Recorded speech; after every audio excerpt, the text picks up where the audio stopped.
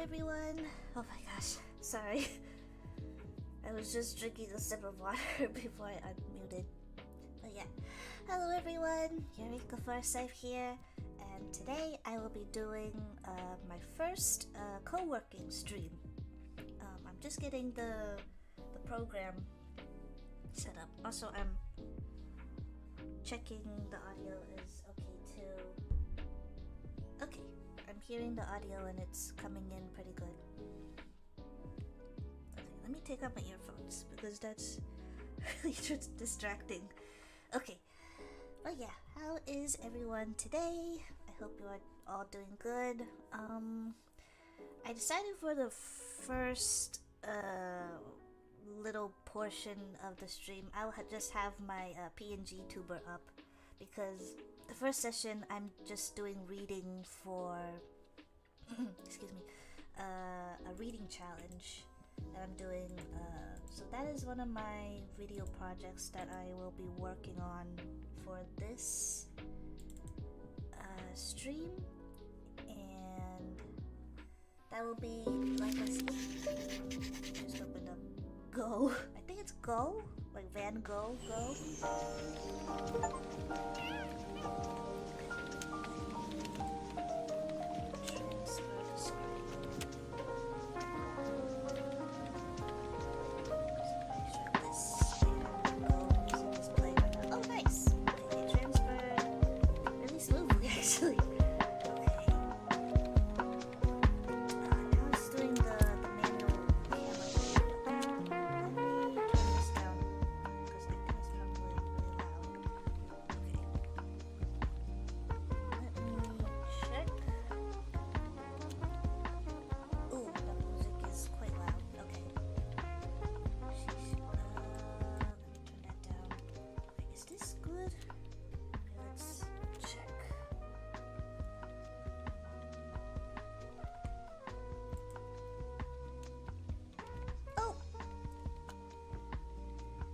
Joseph, nice to see you.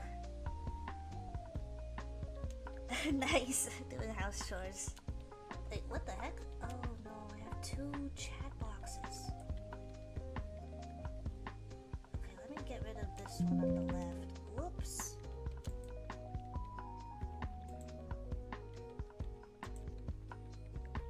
Okay, this is, yep, I have streamer mode on, so it should not be showing any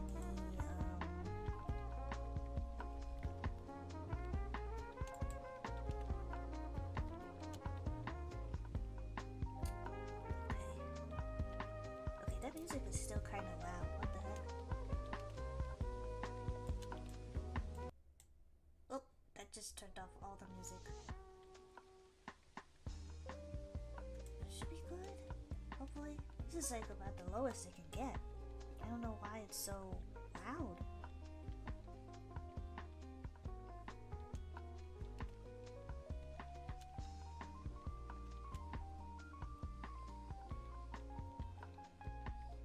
I'm just waiting for the stream to catch up on my iPad.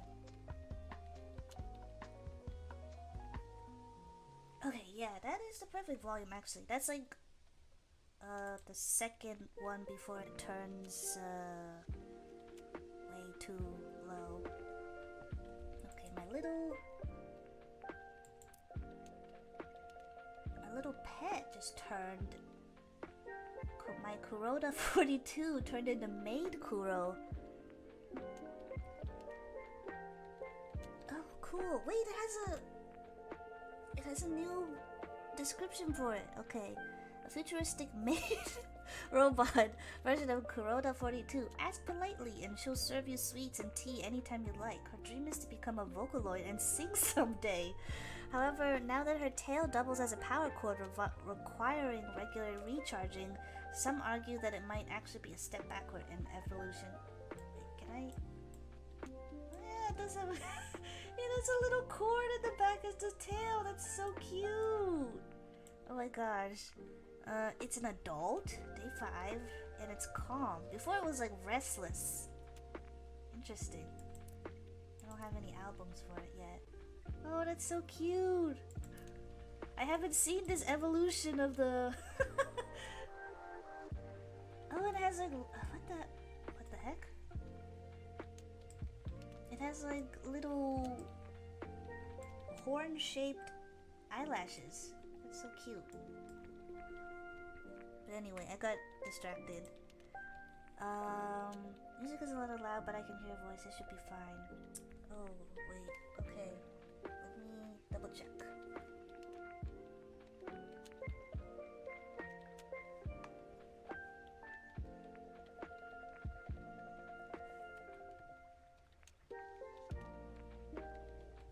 Maybe I'll lower it to the rotary phone. Okay, let me lower it just a little bit more then. There we go. Maybe this will help. That's about as low it can get. Yeah, it's like me when I wear my maid outfit. Well, I have my my avatar wear a different outfit. Like actually, let me pick her up. Oops. But yeah, let's have a. Whoop. Look how angry she kind of looks when I like put her in the basic standing mode. But yeah, this is what my Gogh avatar looks like. I decided to design her and my room first before I do the study stream, because I know I was just going to completely like hyper focus on the designing room aspect, and I just wasn't gonna talk. I knew that was gonna happen, so I decided to do that before making this stream. But yeah, I tried to make her look as similar as my avatar looks for my vtuber model, but yeah, I did some little creative liberties. I gave her the electronic cat ear headphones. I was trying to go for like a more of a traditional gothic Lolita look, but they didn't really have anything I particularly liked in that style, so it kind of just turned into like sort of like modern futuristic like cyber goth, I guess, Lolita. Not really Lolita, it's just the top that kind of looks Lolita-esque, and then I just kind of have like black pants with daisies on them and boots. But yeah, my maid crew is apparently an adult. Oh, it's it's so cute. It has like different little animations when it's like kind of like Tamagotchi. What is it? Evolve, I guess.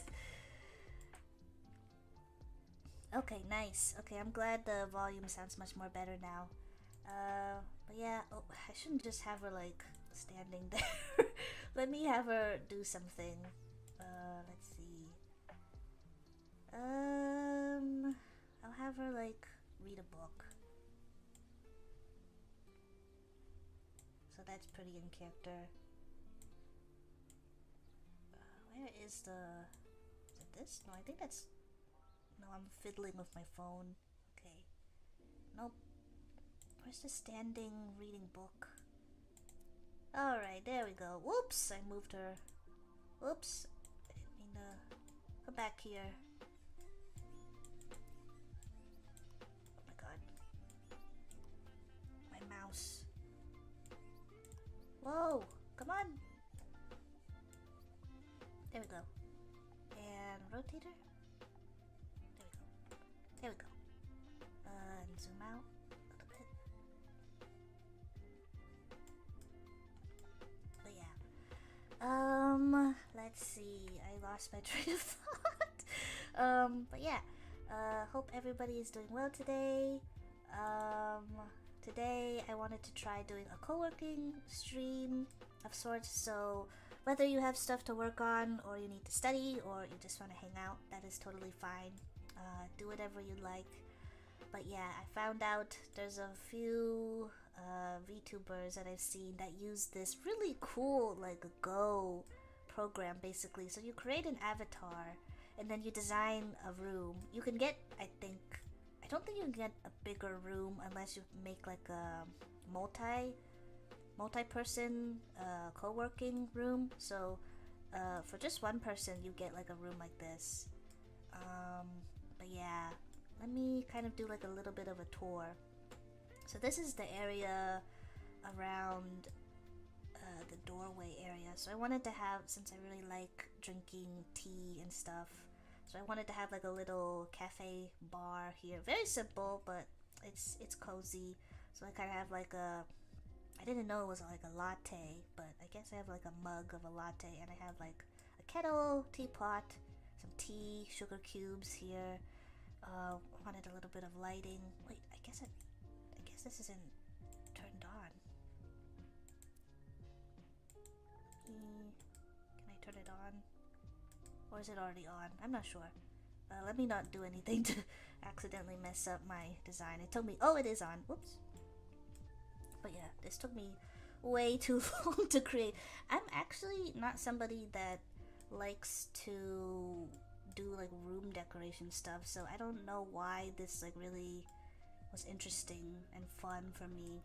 But yeah, here's the Gogh sign, a little lamp. I wanted to have like a little diner-esque feeling to like the doorway area, so I just put like the dining like open sign. I have a rug with my shoes on it.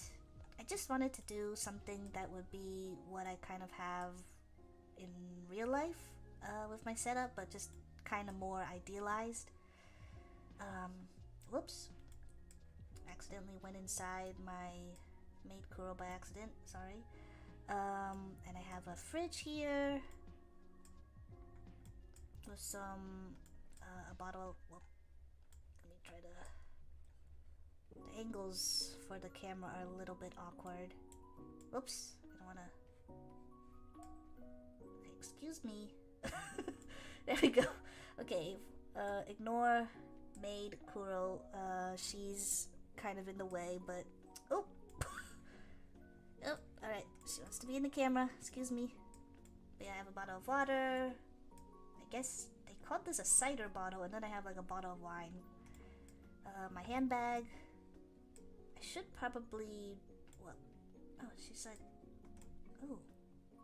I didn't know she was like floating on top of a book. That's pretty cool.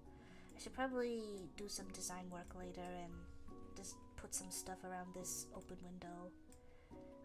Not wearing my maid outfit, so I just hung it up here. Oh my gosh, she's constantly in the camera, what the heck? Yeah. Oh my god. Move out of the way, please.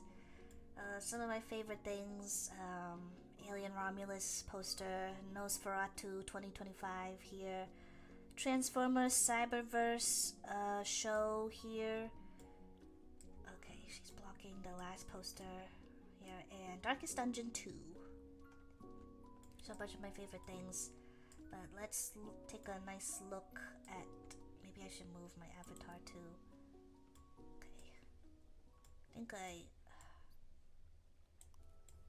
move here. I'll move her here.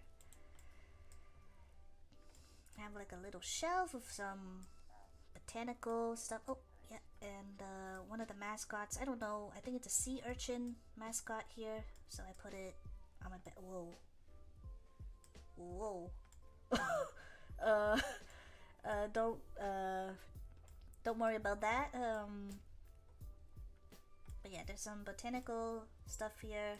There's like a little jar of like a little marimo and its little habitat. A succulent.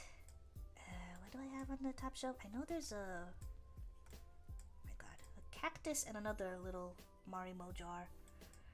And I have a little glow-in-the-dark rainbow light. Kind of to like after the storm with this rain cloud mobile thing. And then you have a rainbow sometimes. This just kind of came with the room. I have a bedside desk, a table, not desk. Excuse me, oh my god. I just ate some food before I had... oh, I guess I can't see the numbers on the alarm clock. Maybe I can turn it on, but I'll do that later. Some books, a little retro lamp, and a bottle of water if I get thirsty. a game console, and the controller on the windowsill right here. A fan to keep me cool.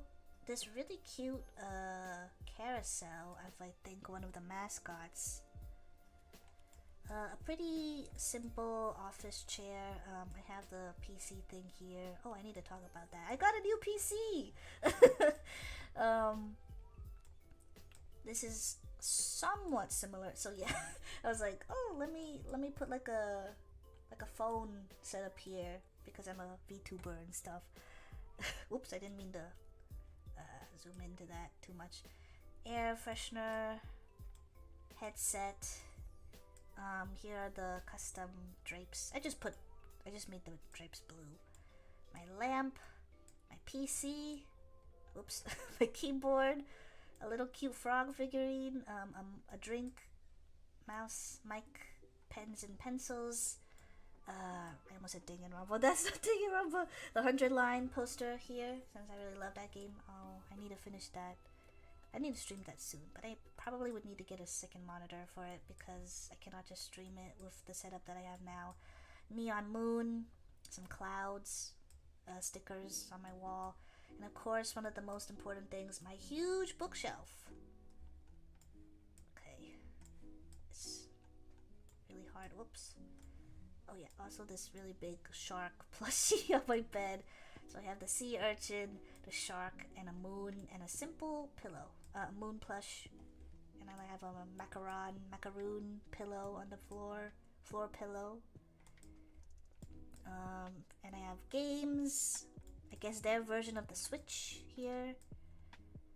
Media stuff, some toys, perfume, fragrance candle, books. I don't remember what those things are called. I know this is not what this little figurine is for, but the things that like help separate books. I think they're called book stoppers. I need to put some stuff here for the buttons and the thing. I guess the picture standee. Another one of those cute cat figurines, cat plush. Some of the mascot plushies on the last shelf, and more books. And that's basically it. I'll make my avatar sit down. She doesn't need to. No, I don't want her to lay down. Sit. Sit. And have her type. There we go. But, yeah. And then I'll... Oop. Didn't mean to do that. And then I'll just have it in manual camera mode while I chat a bit. But yeah, I got a new PC. I was actually trying to talk about this during my Marvel Rivals stream, but that was a mess because of audio issues and me not paying attention to said audio issues. But yeah, I have a new PC now. I used to have an all-in-one PC. But now I have one that actually can handle gaming and gaming and streaming, which is really awesome. I'm still getting the hang of it. I need to ask my friend to help me to like transfer my files from DaVinci Resolve because I'm not sure how to do that. So I'll probably ask him later to see how I can do that. So I haven't really been able to video edit because I don't want to mess up the transfer process. But yeah. Please look forward to more streams in the future. Immediate plans, I will be doing a cash catch-up, which is my version of basically a reading wrap-up. And I will be doing a reading wrap-up for all the rest of the books that I read in 2024 because I still need to get through those. You can see the first book that I wrapped up with in its own video, A Mask of Flies, in video format now if you'd like. And then I am not really sure what I will be doing for 2025 reads. I'm going to try to do as much as I can before 2025 ends, but I might need to just do a separate stream for that in January when 2026 comes. So we will see. So that's one thing that I need to do. Another thing is that I want to plan to do like basically like a return karaoke where I usually like to do themes for my karaoke streams, but I think for this one I'm just gonna do whatever. It'll just be like a variety medley, and I'll just name it so, and I'll just sing all my favorite songs and stuff, and some of the songs that I've been learning while I've been offline from streaming. What else? If I have time, I might squeeze in a most anticipated book releases stream. But was it? Oh my god, I didn't realize that comma looking plushie blinks. Oh my goodness, I didn't realize it was sentient. Okay, yeah, it just blinked again. Oh my god. But yeah, I thought they were just all toys. I don't think the other plushies and toys do that. I was expecting maybe like the little yellow kitty toy would. Excuse me. Oh my god, I'm so burpy because I just I did it not too long ago. I'm sorry.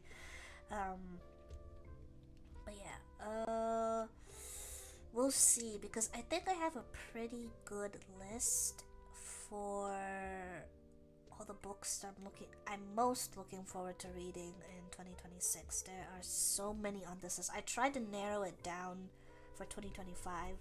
I think that's the shortest it's ever been. I think it was only 16 books. I'm not sure how many books I have for 2026, but yeah, that will probably be a bit of a long one then.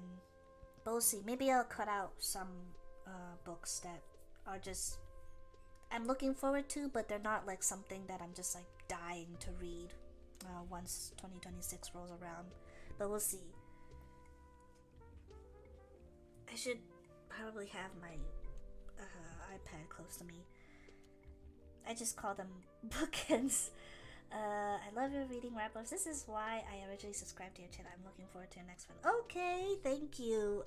Yes, those will be returning. I prefer doing them in streaming format because, in all honesty, it takes way too much more effort to do it in video format. Yes. Okay. Cool. I figured it out. Okay. Because the problem was my stream was only available in 720p, and now I do have the 1080p, and it looks really good on my iPad. So I think I basically figured out how what the problem was, and I fixed it. Nice. Anyway, back to the reading wrap-ups. Yeah, I don't really enjoy editing those kinds of videos, so I think it's just more easier for me to prepare before a stream. So I prep before the stream, not of course right before the stream. I'm prepping before I plan to do the stream, and then I just have it ready, and then I can just do the stream and just have it done and all go in an unedited format. But yeah, thank you. I'm really glad that you enjoyed that, Joseph. Your karaoke's are so much fun too. I played the guitar along with your last one. Oh, that's so cute. Thank you. I'm really honored. I felt like that one wasn't really good. There was so much scuff in my last karaoke stream. I'm debating whether I want to like re-archive my first one, because I felt like for some reason I did a better job at that one. But yeah, I don't know. We'll see. I'm pretty proud of the songs that I sung for the first karaoke that I did. My PC was starting to give up on me, unfortunately, during my second one. So there was like a lot of lagging, and the audio like glitching out while I was trying to sing, and like my mic was being weird. I don't know, there was like a weird like fuzzy crunchy thing that was going through my mic too, so it was just, I don't think it was up to par to the quality that I wanted, but I'm still glad that you were able to enjoy it.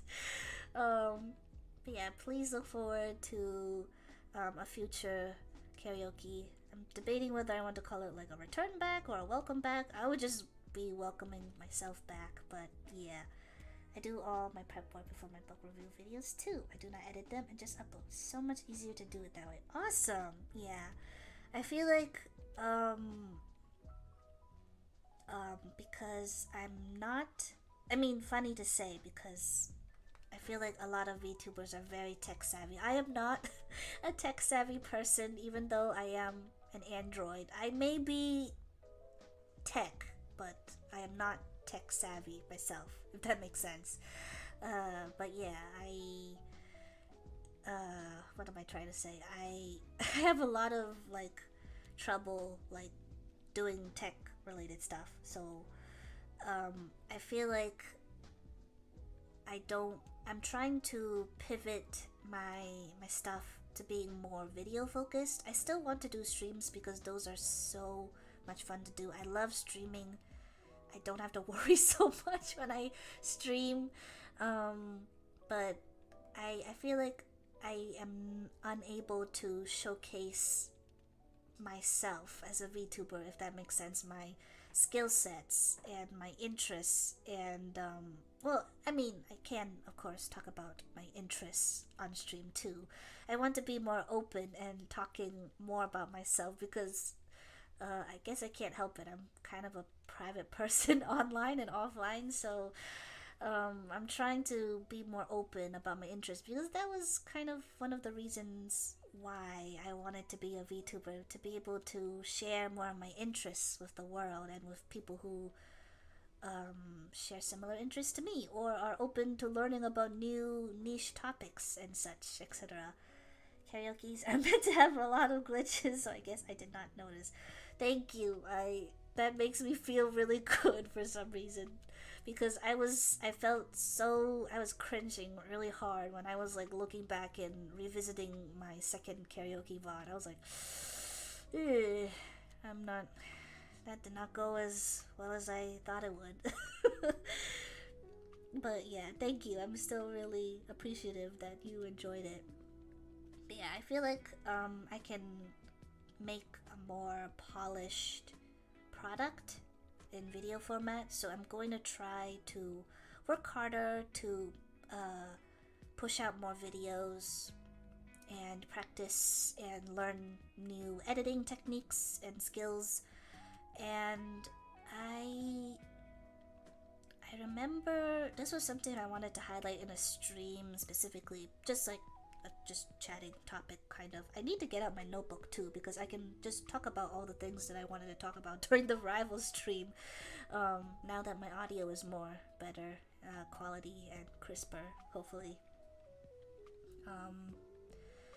Because this is like probably my number one skill that I am most proud of, which is writing. I know a lot of people who are online creatives, writing is actually their least practice skill and the thing that they are least skilled in. So I keep forgetting that it's not a skill that a lot of people are utilizing, or they just know how to do, or just it's not something that they consider themselves to have. So I want to showcase more of my writing skill because I mean I went to school, I went to college to become like basically a professional writer with the major that I have. I don't want to talk about like what specifically my major is, but I am trained in both creative writing and technical writing, so I can do both very very well. And before I've done professional writing in a college setting, I've literally been writing since I was like basically in 3rd grade. So I've been writing a really long time, and I'm very very proud to be able to say that I am a writer and stuff. Although not maybe not specifically like actively professionally doing it, but I would like to perhaps in the future be able to, but we will see.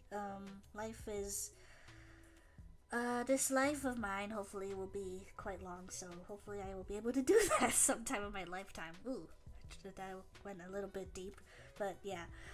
I remember there was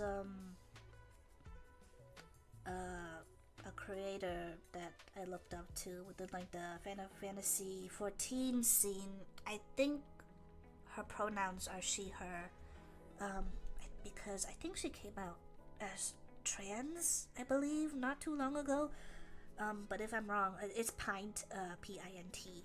I really love the way that she edits her videos. It's such a snappy and like very like pretty and like eye-catching kind of editing style. It would be really cool if I could develop some kind of style like that, but oh boy, that's a lot of work, and she takes a lot of time and effort to create her videos.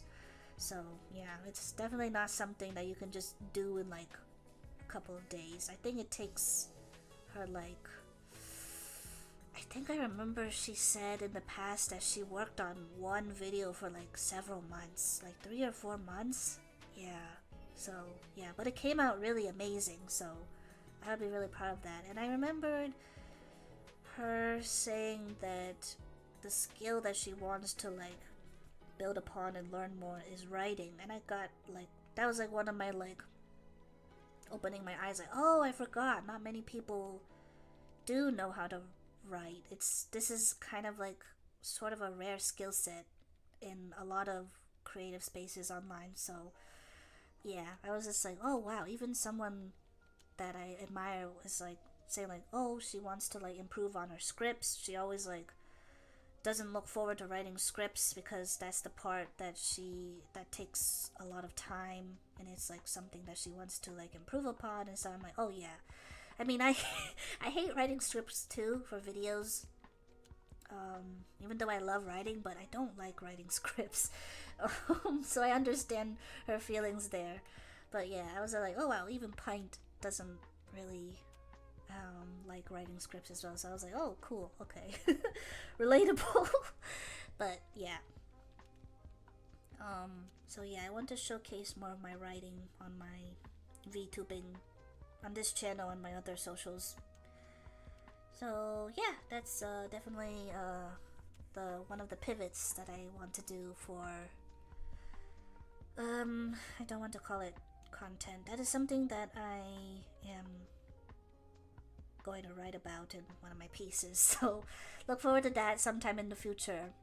But also another really important thing, and also you can check it out in the description too, a big announcement, not really big, but in my opinion it's kind of big. I have joined and created a Substack. I was debating it for quite a few months. I was like, I don't know, it was like, would it be it feels a little pretentious, but I mean, like, writers are pretentious, and that's definitely like big. But I mean, like, I feel like it's important to be pretentious now in this age of like anti-intellectualism. I think it's fine to be a little bit snobbish or snooty or pretentious, especially when it comes to like stuff that you know or no, excuse me, or are an expert in. If it's like an expertise of yours, I think you should be proud of that, and you should be a bit pretentious of that. But yeah, I think it's because definitely, I mean, maybe there are some VTubers, I do not know. I don't follow anybody currently on Substack, minus like the official Substack account. But yeah, if there are any other VTubers that have a Substack, please let me know. I wrote an essay about my hatred of social media and nomenclature, content among them. Yes, that is definitely one of the pieces that I want to criticize and write about. One of my I guess you could call it commentary, opinion pieces, I guess you could say. Even though I know there's like a negative connotation to opinion pieces, but I don't think you should be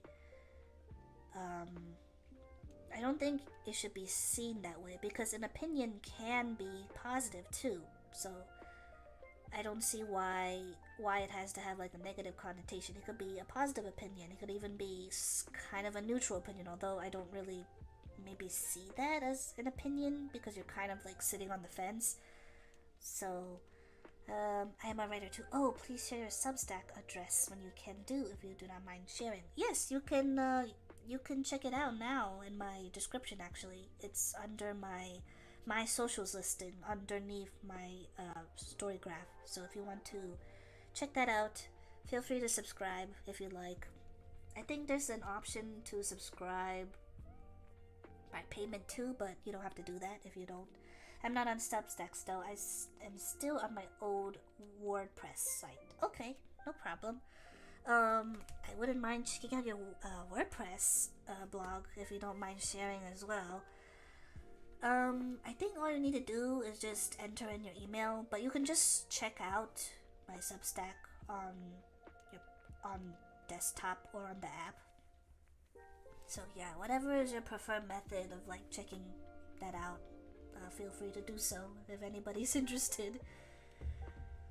Let me mute for a second. Oh my gosh, I did not hydrate properly before this stream.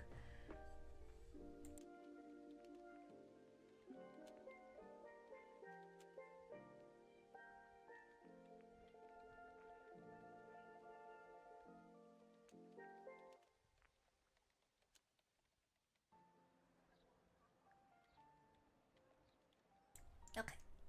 Anyways, took a sip of water. Okay, thank God this screen does not have touch screen because I have my iPad right next to my monitor right now. But yeah, now I can check out if any new chats come in right away. Yeah, I don't have a second monitor, so I use my iPad or my phone as my screen to check chats. But yeah, I have several pieces that I'm currently working on. There's one big piece that I'm working on actively right now, which is why I wanted to do this co-working stream in the first place, because I would just set up the timer and I would work on it. I'm hoping to possibly get it done this stream maybe, but we'll see. I feel like I might not be able to. Excuse me, oh my god. I might not be able to get it done this stream, but that's okay. There's always next time. And I can just work on it offline too. Also, so I would like to, because one of the goals that I want to have for my channel is that I want to do video essays. And, well, editing is very time consuming and tedious. I'll like pick and choose which like pieces of mine that I'll like convert into like video format and stuff if I'm like really passionate about it. So of course everything I'm writing about is very passionate, but it just takes a really long time. I want to make it very accessible to people, so even if it's not in video format, I will create a podcast format and I will upload it as a basically like a blank video, but it will be labeled as under a podcast. So I think your chat blocked my URL. Oh, okay. Yeah, I might have had that feature blocked then. You can just put your name in and I'll check it out on WordPress later. Yeah, no problem. No problem. Yeah, we can do it later. Well, you can put your username later in the VOD when it becomes a VOD. But yeah. Yeah, I want to write on like more serious topics because I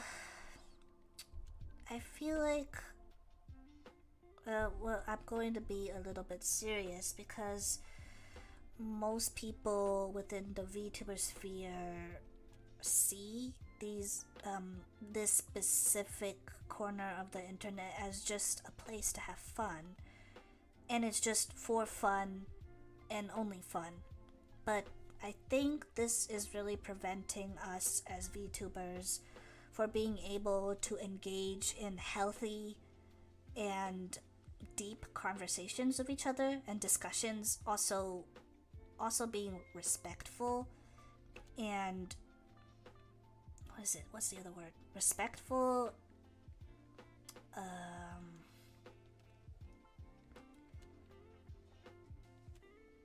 and like polite to one another.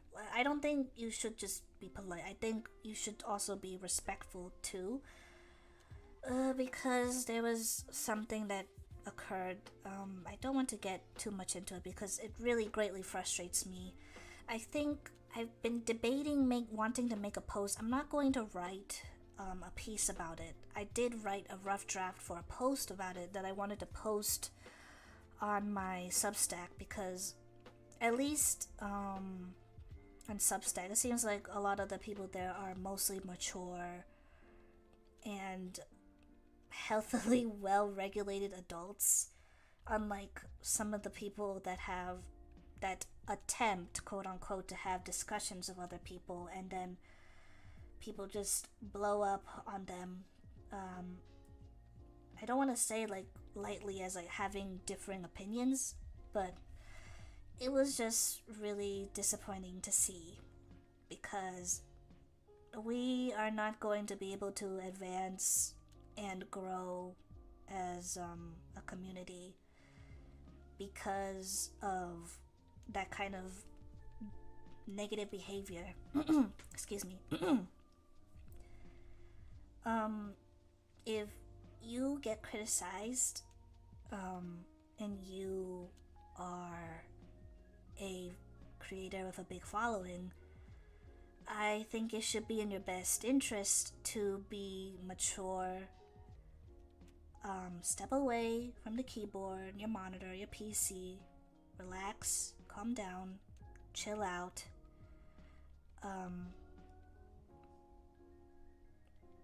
Think before you speak.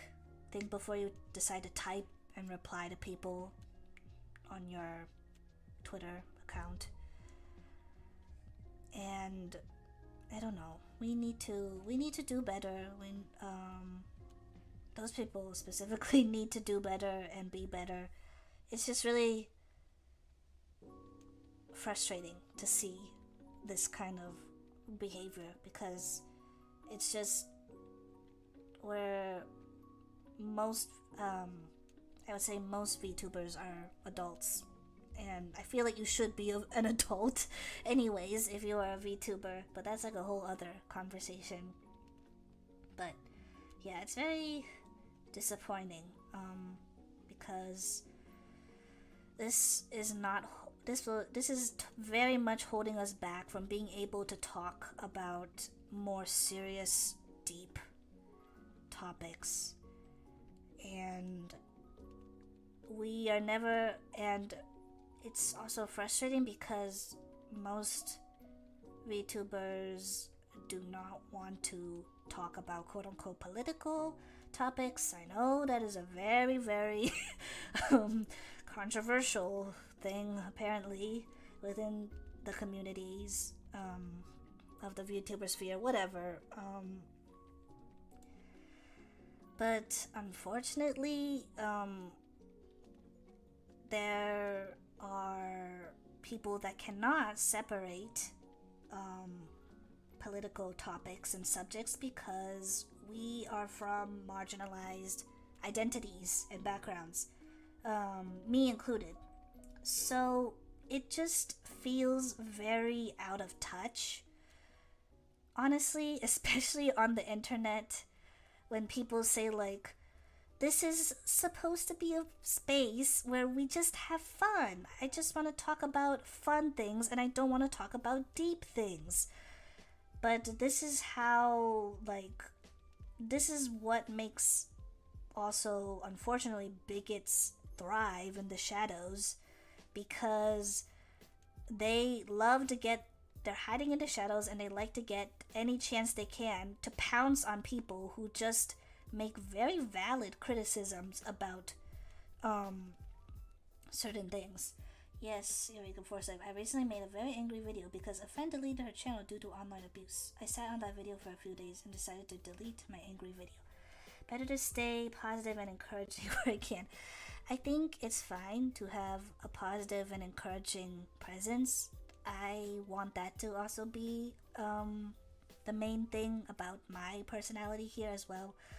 But it's back to the topic of marginalized backgrounds. It feels very out of touch when I hear VTubers that say like, this is only a space for fun and for fun, because there is so much harassment that goes around in VTuber communities, especially if you are a person of color, which I am too. And we cannot separate that from ourselves because that is a part of our identities. And not only like we can't escape from that in real life. And people who are more open about their identities, they cannot escape from that either. And they get harassed just because of their identity, even though that's such a small thing to look at when there's so much of somebody. Not that I'm saying your identity is not important. I'm just saying these bigots solely only focus on marginalized creators' racial and or ethnic identities, and that's a whole nother thing too.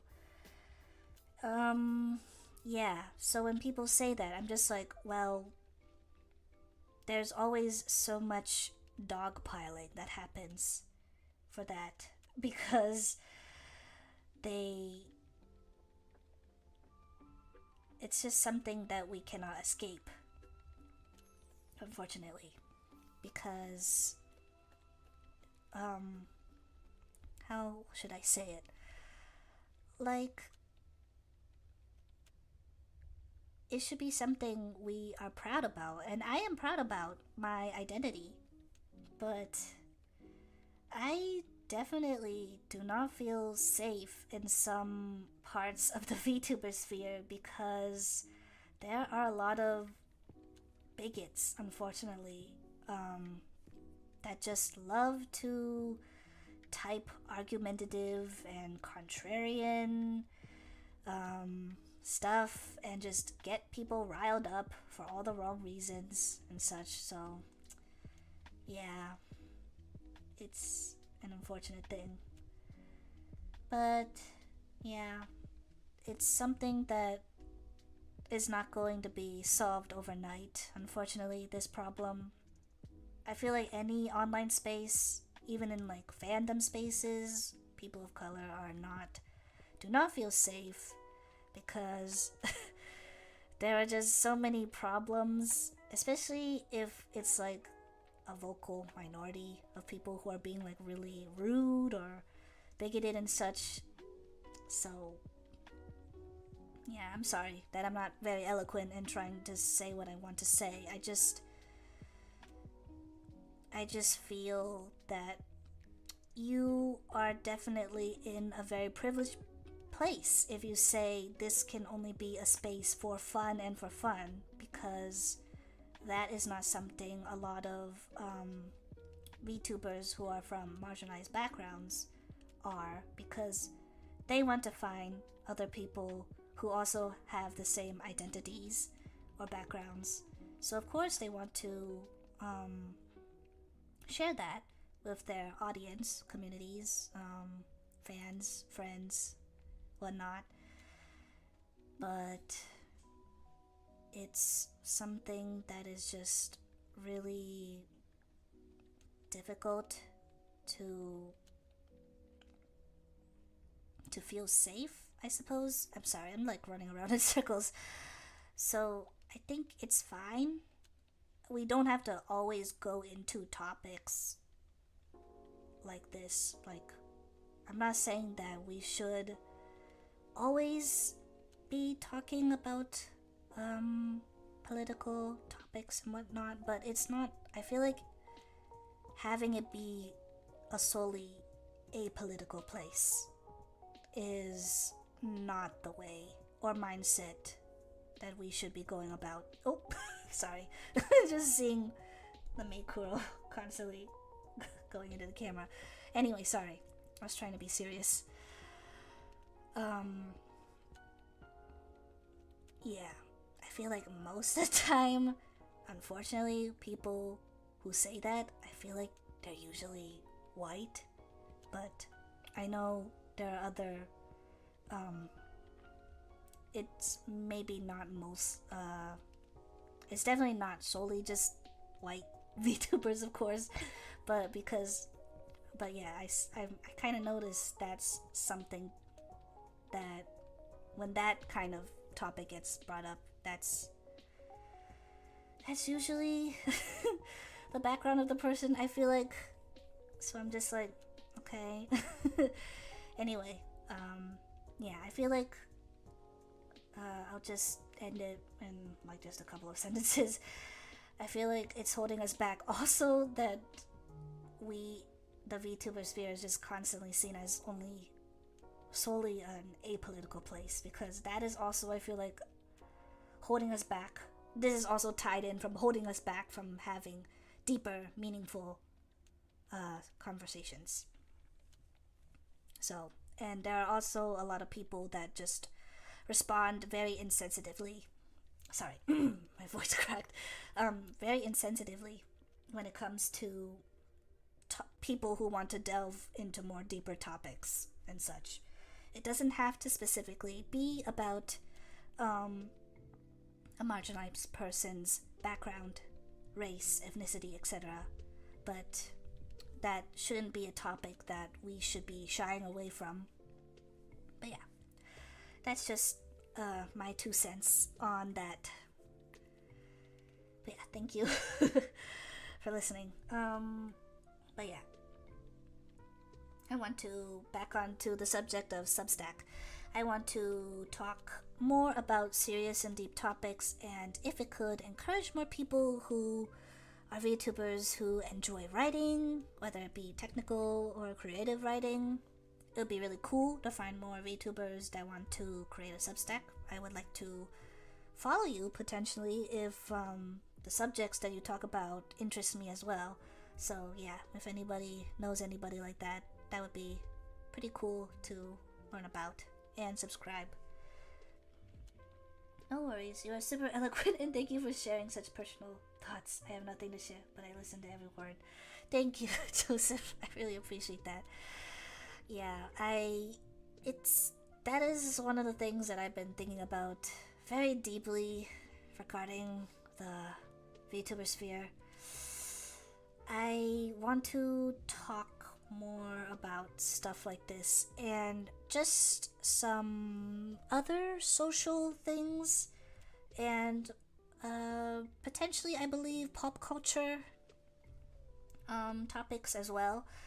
My second piece will be much more lighthearted, so I'm switching around the mood when I'm writing these pieces for Substack. The first one will be very, very serious. The second one will be much more lighthearted, and then we'll go back to talking about more serious and deep topics in my third piece. So I have a few that are lined up in my draft abyss that I call it, or draft purgatory, that I'm like slowly working through. But yeah, please look forward to that. I will definitely update it on YouTube posts. I don't know why I think YouTube like low-key shadow hid, not shadow ban, but like shadow hid my announcement post regarding my Substack. You can't see it unless you go directly to my post, because I know you can see like an overview of my post on my homepage for my channel, but you can't see it unless you specifically go to posts. So I don't know why. I think it's because I linked a link that is not related to YouTube, so maybe it considered it spam and just hid it away. But it's not a harmful. I promise it is not a harmful link. It's just a link to my Substack profile. I'm just very, very proud of this new direction I'm going with for stuff that I'm working on. So please, if you want to follow me anywhere, I would prefer if you would mostly follow me here or Twitter or Blue Sky. I'm more active on Blue Sky now. I mostly lurk on Twitter. I don't really post much unless it's announcement live posts. So I'm like semi-active on Twitter. I try not to be so active on Twitter because there's just so many things wrong with it. And then it got recently revealed that there's like an algorithm traffic thing that's going on, so it doesn't matter if you post regularly. There's like, it punishes you anyways, even if you post regularly. So I'm like, what's the point? I'm just like, unless I'm already a creator with a big following, I just might as well just post it and just see if it reaches anyone. So for me, being more active, I would most like social media accounts, you can just follow me on my Blue Sky.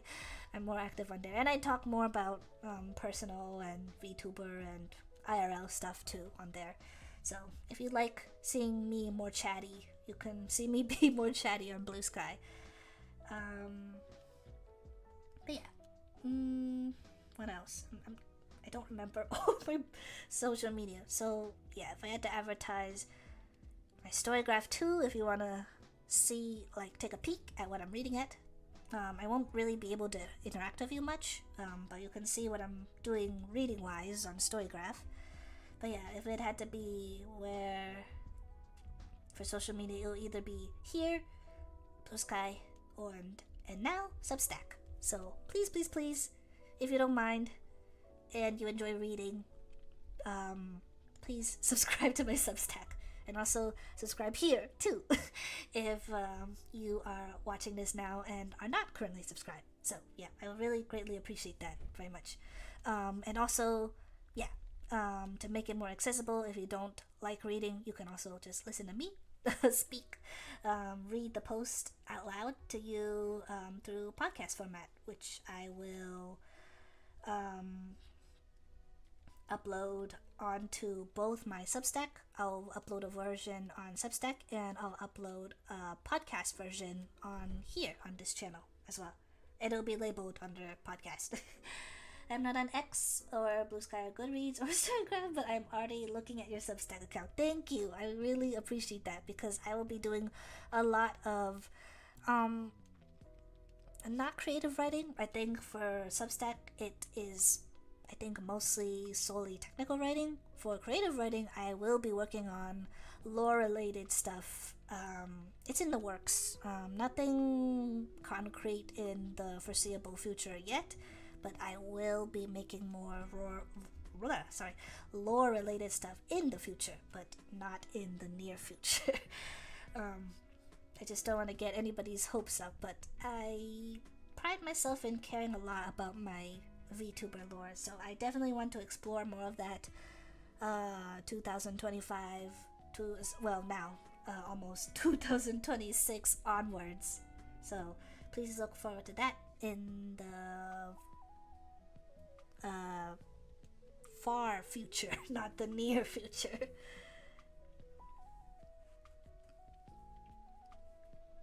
Okay, I feel like I have a few more things I want to say before I actually start actually doing the co-working. But I need to find my notebook, and I don't know where I put it.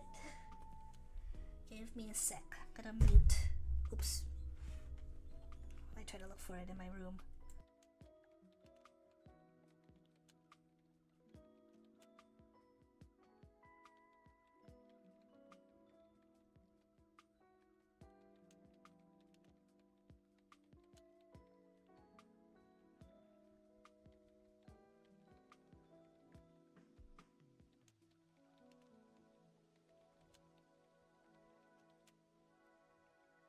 Actually, I should probably talk about some of... Yeah, I'm back.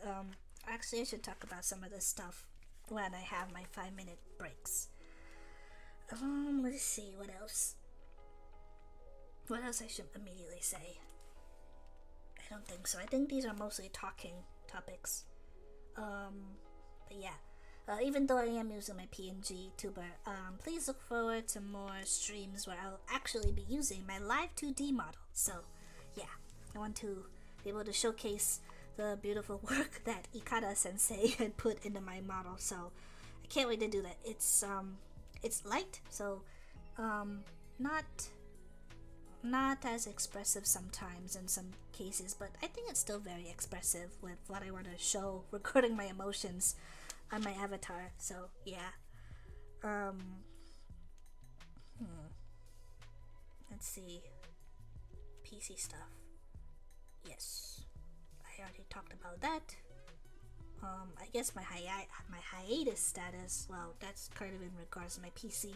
I couldn't stream because my PC, excuse me, was giving up the ghost in regards to streaming. I could make videos. Thankfully, it's still viable to work on for video editing and stuff. So I'll still be using that PC for more technical stuff like writing and video editing. But yeah, when it comes to like streaming and gaming and stuff, it totally is just glitches and stuff and is not. I am unable to stream. It's an unviewable stream if I stream on that PC. So yeah, that is why I just took a break and decided to just work on video-based stuff. But it takes me a long time to edit videos, as I said before. So videos are slow, but surely going to come out more soon. So yeah. But yeah, I think all of this I can just save for just chatting topics when I come back for the 5-minute break. I think I'm gonna do the first break is gonna be a little bit longer because I'm doing a 45-minute session first, because the first thing, actually I need to set that up. Oopsies. Routine. No. To-do list. Yes, I think that is what I want to do. Reading challenge task is what I will call it. No, I will be able to get it done today. Yeah. So, what's that? No, I didn't deserve that achievement. Whoops. Okay, what else? Reading. I'll just do writing, project stuff. What else? What else am I working on? I'm not gonna work on any editing stuff because I don't even have DaVinci Resolve installed on this PC yet. I guess if I have any ideas, maybe thumbnail brainstorming / work, because I feel like I might work on some thumbnails too. I guess that's good. Yeah, no deadline for the 2, but I'll definitely be able to get the first one done in this stream at least. I don't want to be too too hard on myself for this first co-working stream. But yeah, let me set up the timer actually, and we can get this started. Oh, I also need to, let me create a text box to let people know that I'm working. Okay, let's see. Media file. No. Okay, how do I do this? I haven't done this in a while. Add image. No. Call it text. Yes. Text.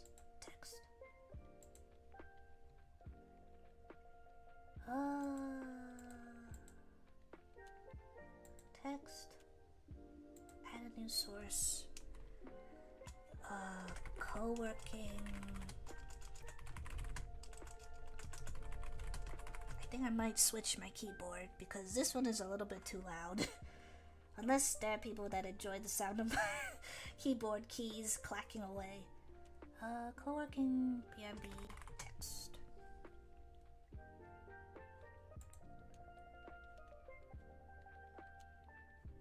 Okay. How do I want to write? Muted. And working. Let me make that small. How do I? Oh gosh. Why is that so? There we go. There we go. Yeah. Let's make that a little bigger. Make a font. Let's see. I think I have some. Ah, no. I don't think I have my custom fonts installed yet. That's fine.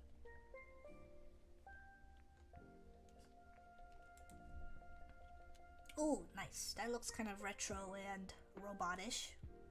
I like that. I like that. What that? There we go. Nice. Okay, I'm not muted yet, but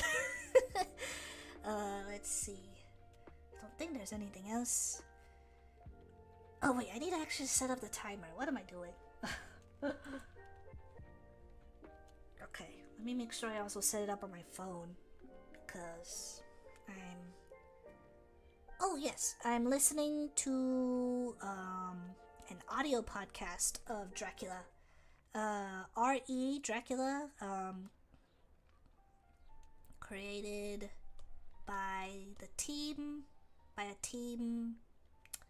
think it's 2 different teams, but I might be wrong. But I know it's like sponsored by Bloody FM. So yeah, I'm listening to Dracula. I'm really enjoying it so far.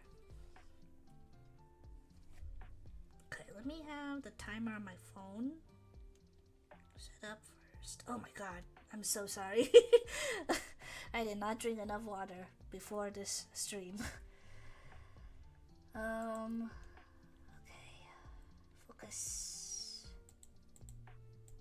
45. We will have. Okay, should I do a 15-minute? I'll do a 15-minute break first.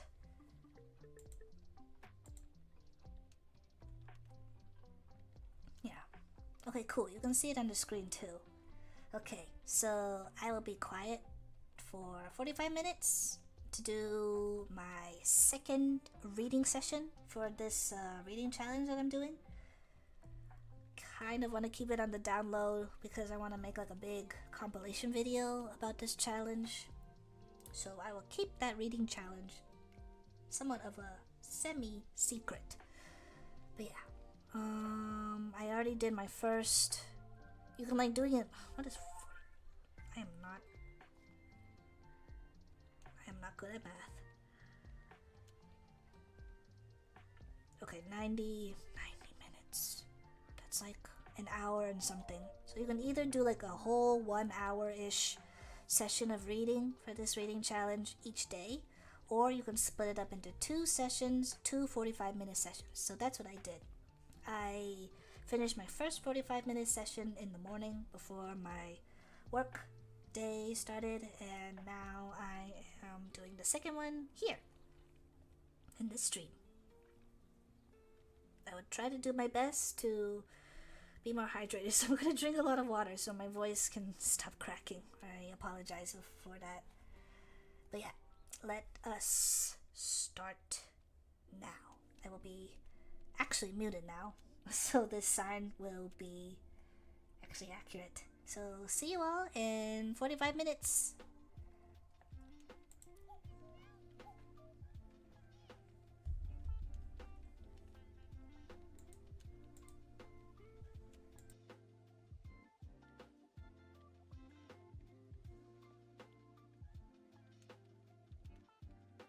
Oh my god, I just saw I just saw your message, Joseph. Oh my gosh, you are way too kind. There's no need for you to give me any monetary support.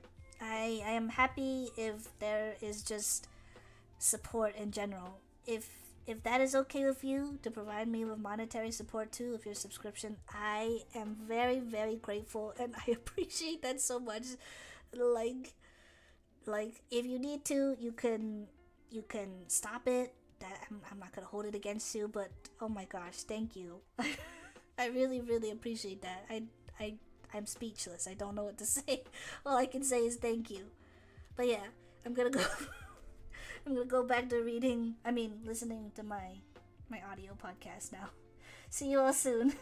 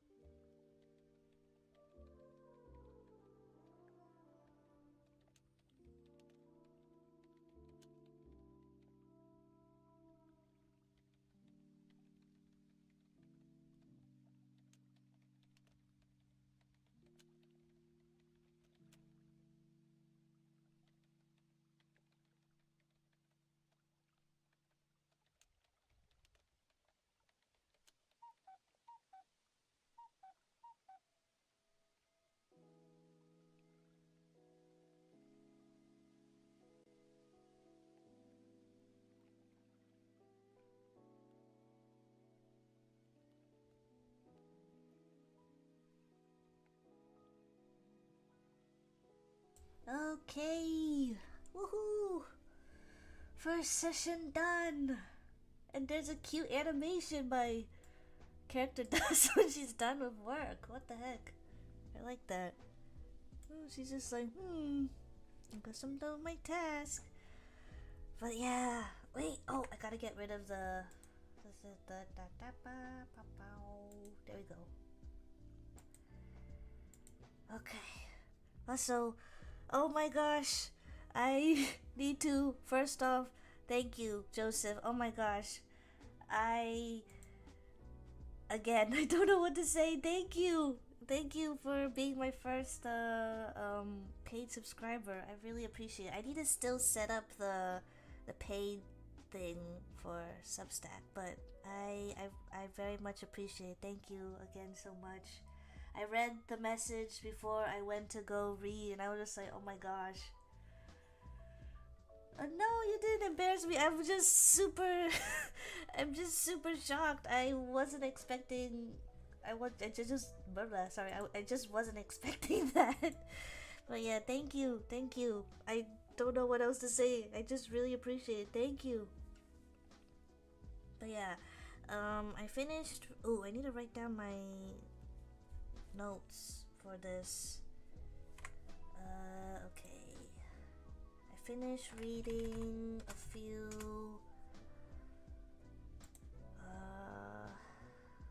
things from Dracula. I better write down. Okay. Let's see. Second 45-minute session. I finished reading.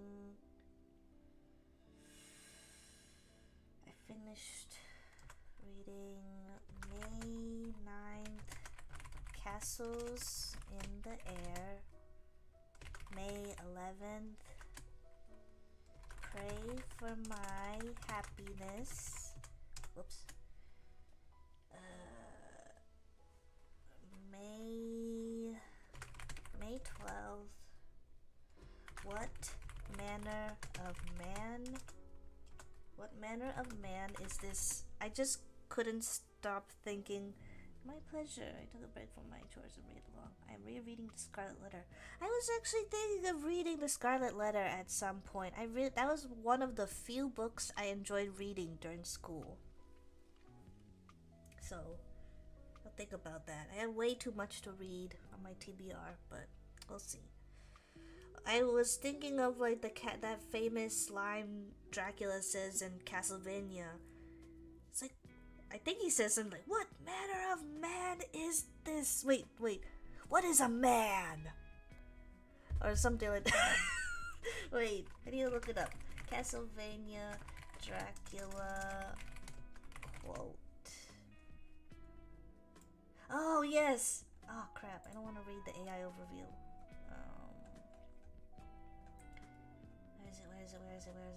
Where is it? There it is! Okay, from Symphony of the Night. What is a man? A miserable little pile of secrets!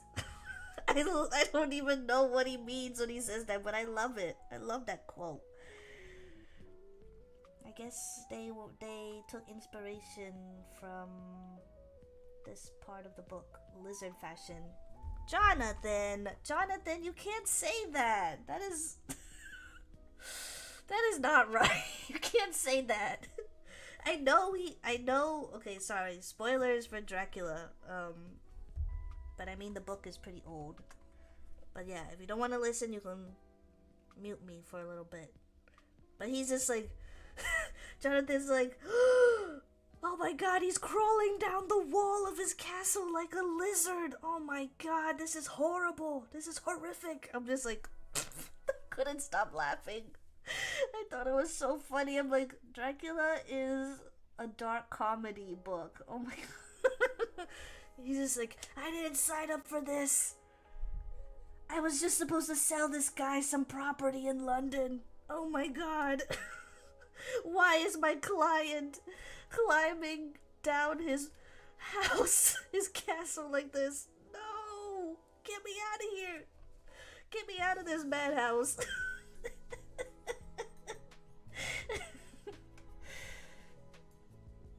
Okay, what was the next? Was that May 15th? No, I missed something. Okay, May 15th, lizard fashion. May 16th, this man belongs to me. Whoa. Oh my gosh, that was like, Dracula, are you in love with Jonathan Harker? I was just like, wait a minute. This guy, I think he might be interested in our pro tag.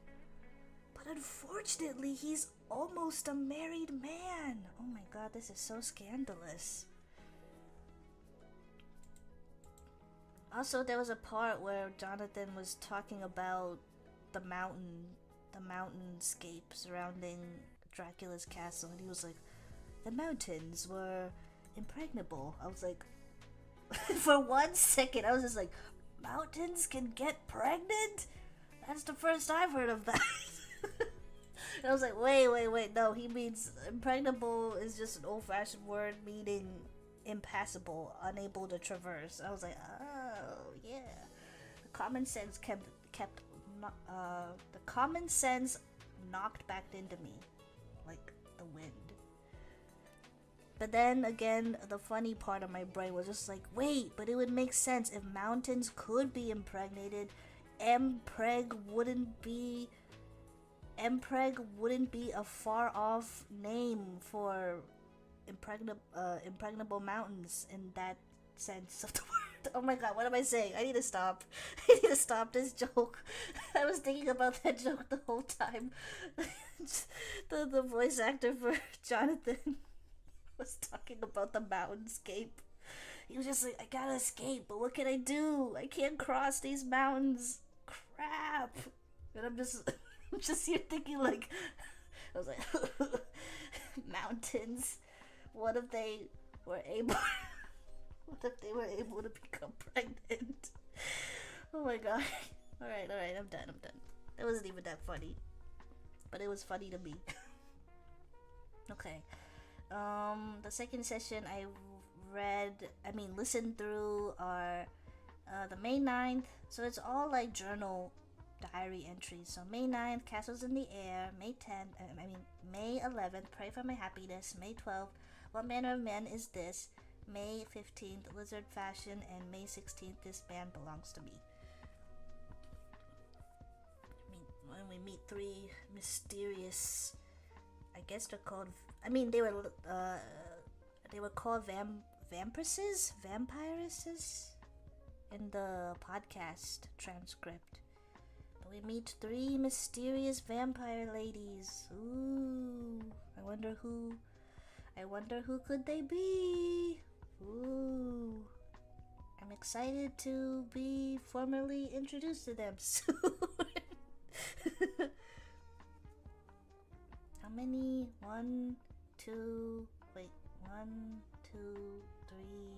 4, 5. Okay, I read 5 journal entries from Dracula. Cool. I'll write my thoughts about it later. Yeah, really enjoying Dracula so far. I started it because I watched tasting histories. I think he makes a monthly video. I need to check. Monthly video. I need to find it. I was watching it earlier today because I enjoyed it so much. Tasting History with Max Miller, Dracula's Paprika Hindle from Bram Stoker's 1897 novel. Yeah, I think that's probably one of my favorite videos that I've watched from him. It was such a delight. And I was just like, oh, wait. One of my favorite things to read about is food parts in a book. I cannot believe I have never read Dracula. Never too late to start.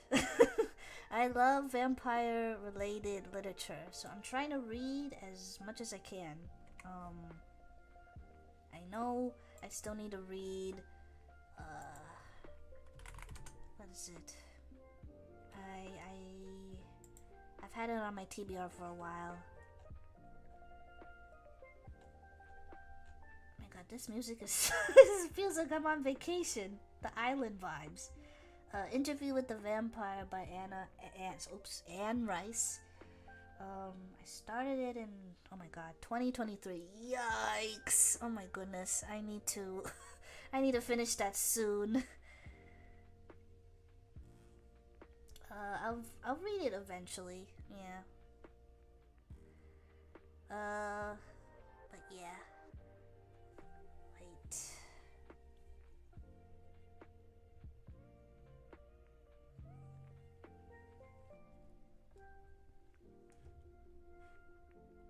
So that's what I read. I was mostly just relaxed. Wait, I can... Nice. I can tip that off. But yeah, that's what I was working on. I just laid on my bed and just rested a bit and listened to this on my bed.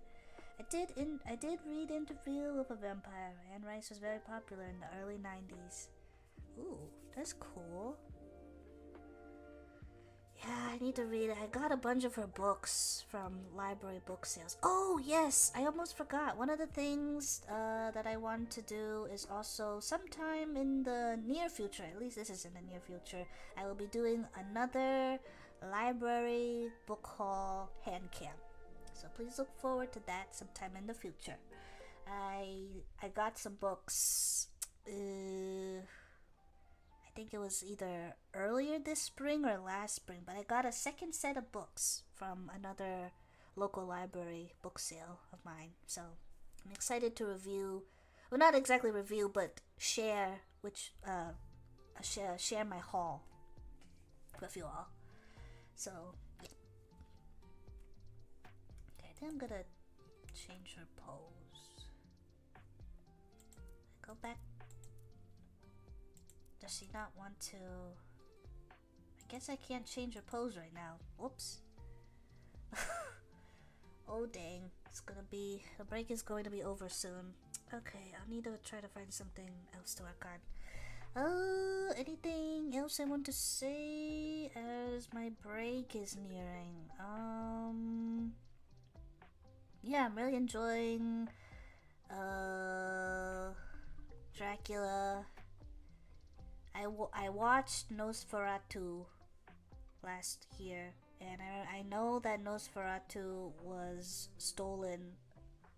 The story is basically stolen from Dracula, so I'm kind of remembering the plot beats of Nosferatu. I'm like, oh yeah, this happened in Nosferatu, but I forget that Nosferatu stole the plot from Dracula. So I'm like, oh, this is what actually happened in Dracula. Interesting. Really enjoying it. I know those parts that I talked about are not supposed to be not meant to be funny, but I can't help but think it's funny. But yeah, I like that the beginning of the... I mean, it said is... I guess it's not really spoiler. I mean, it's a little bit about the beginning of the novel, so I guess if you don't want to hear it, you can mute me. But yeah, I love food parts, and I love when characters eat food and stuff. And they talk about food in books, so it's one of my favorite things to also write about in my own fiction, creative writing works. Wow, I love that movie. My wife would not watch it. I don't blame her. It's pretty graphic. It is rated R, but yeah, it's a pretty good. I enjoyed it. I gave it a 8.5. I don't remember, out of 10. Dang it, it's 10 seconds left. Oh, okay. Well, I better open up Substack and start writing my stuff.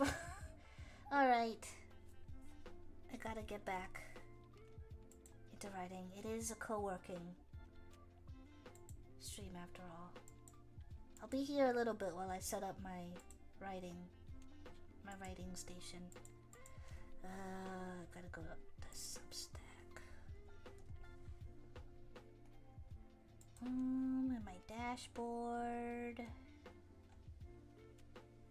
And here is the draft that I'm working on. Okay.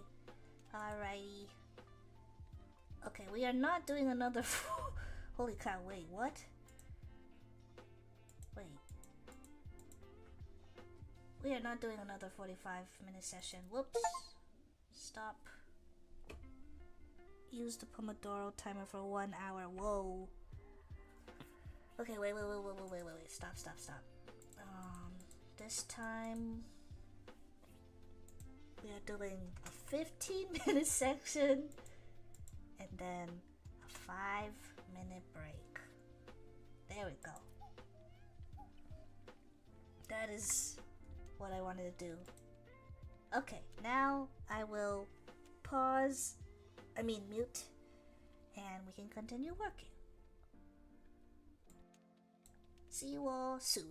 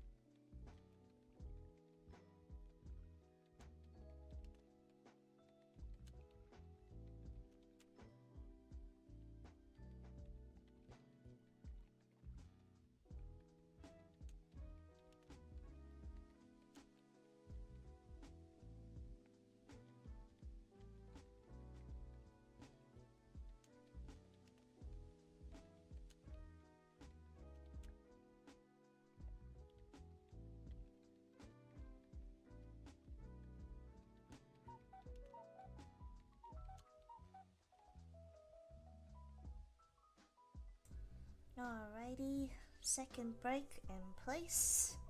Did some, I think, a pretty good amount of writing. I wrote like a pretty short paragraph for the main piece that I am working on for Substack. So I feel pretty proud about that. Sorry, I couldn't help but rub my hands together. But yeah, I think I would do either 1 or 2 more sessions before I stop, and then I will do just a short little just chatting session altogether, not having to worry about going on a break and such. Let's go into some of the topics that I wrote about in my notebook. The first thing I wrote was what I've been reading or I am planning to read.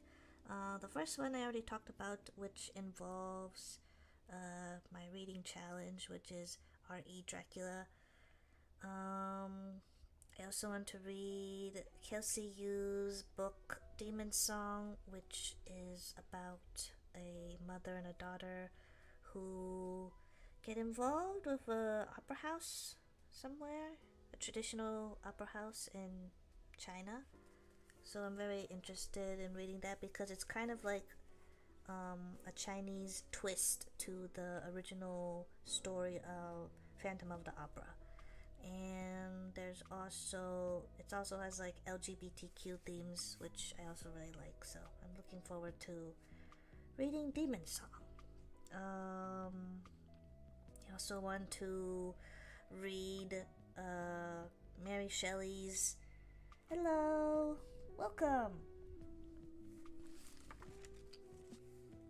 I am just doing a co-working stream, and I'm currently on my break before I go into another working session. I'm just talking about books that I am planning to or currently reading. I have had Frankenstein on my to read list for a while, and I want to read and finish it even more because of Guillermo del Toro's take on the book and its story. And I'm a really, really big fan of Guillermo del Toro. He's probably one of my favorite directors. But yeah. Thankfully, I have a source to be able to watch Frankenstein, even though it's not showing anymore at my local movie theater. So that's really nice. So I'm just gonna kind of take my time to finish reading that at some point. I also want to read something by Michael Moorcock. Joseph had talked about it in my mini cover of Don't Fear the Reaper, that he actually worked on. He's an author and he worked on some of the songs for the band Blue Oyster Cult. Yeah. So I wanted to read something about cyberpunk from him, but it seems like his fantasy works are much more popular than his sci-fi works. I think there is a cyberpunk book that I can read that's available from one of my libraries, but yeah, I think it's in a compiled book, so there's like other contributors. It's not just him that belongs in the book. Oh, thank you. Thank you. I really appreciate that. Whoops. Oh, I'm not muted. I forgot to put that away. Sorry. There we go. Thank you. I'm sorry I can't read your name. I can't read Japanese, but thank you so much for saying that.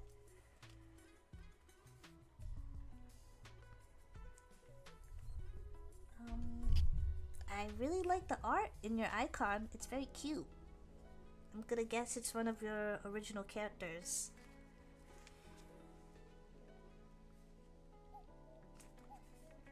Oh, dang. Okay, I have to go back into another work session. Feel free to comment and talk if you'd like. I am just gonna mute myself and I'm going to work on doing some writing.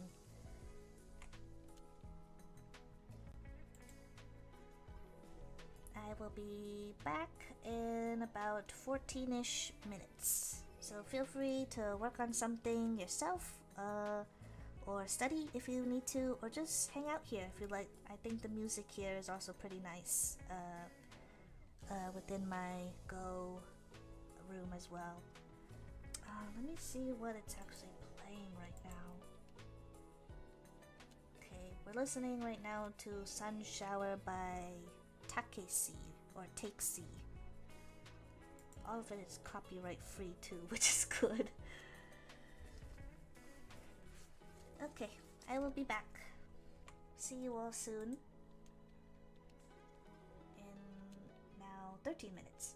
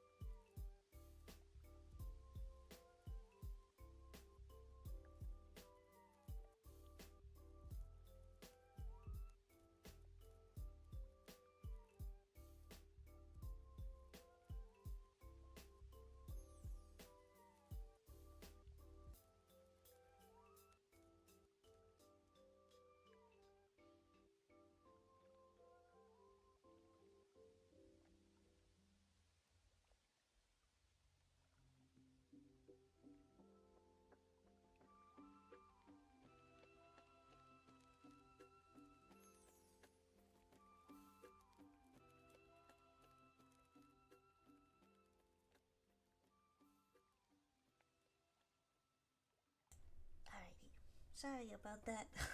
I'm just working on some stuff for my Substack. Okay. Let me just finish this up.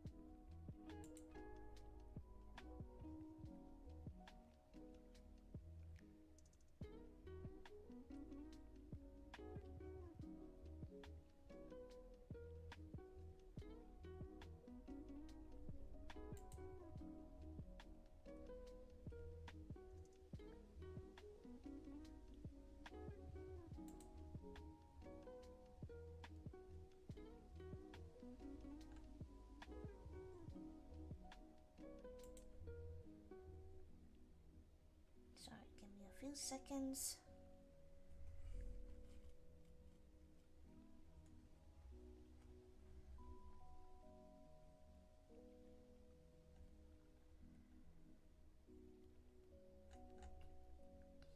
Alrighty.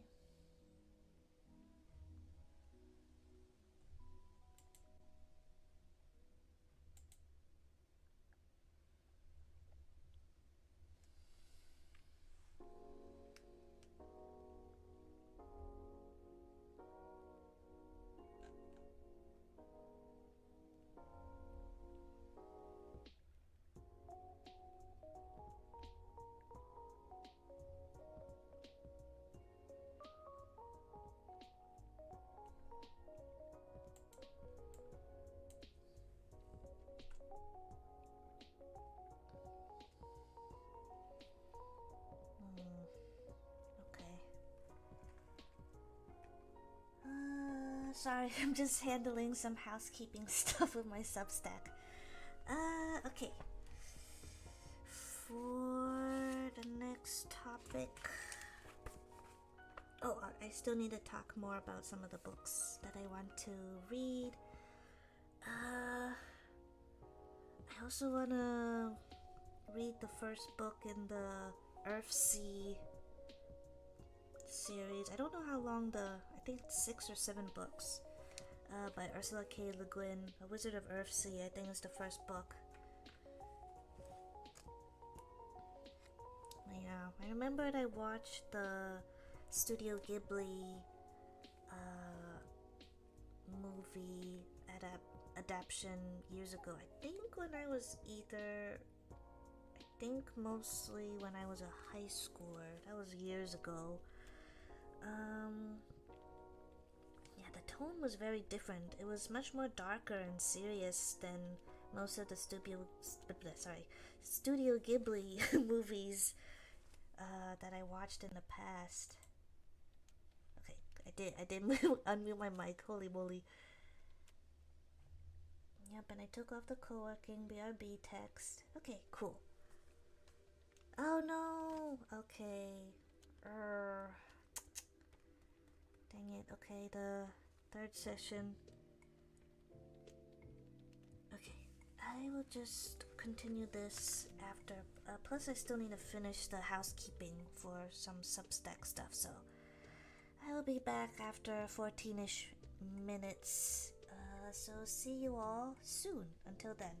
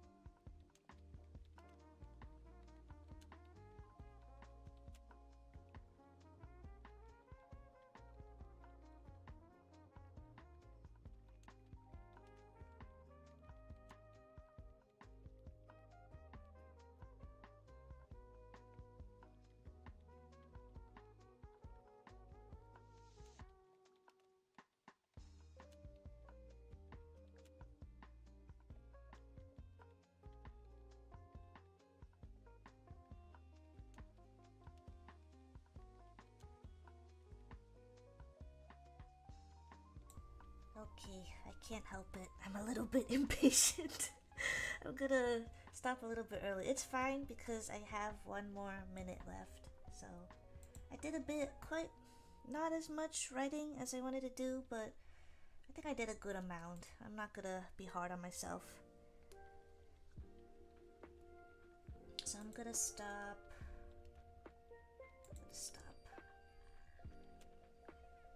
Oh my goodness! My little maid Kuro congratulated me. I'm working hard. Oh cool, and she... What the heck? What is she doing? I don't even have a tablet. No. Okay, let's change her pose.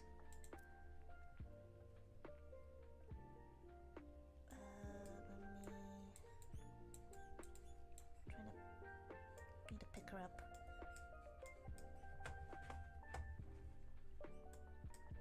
Okay, come on. There we go.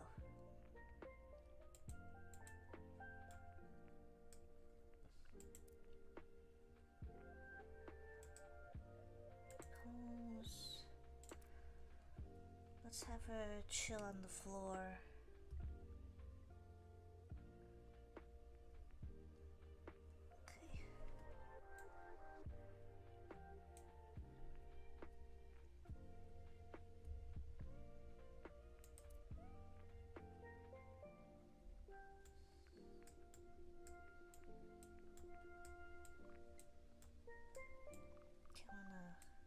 Up.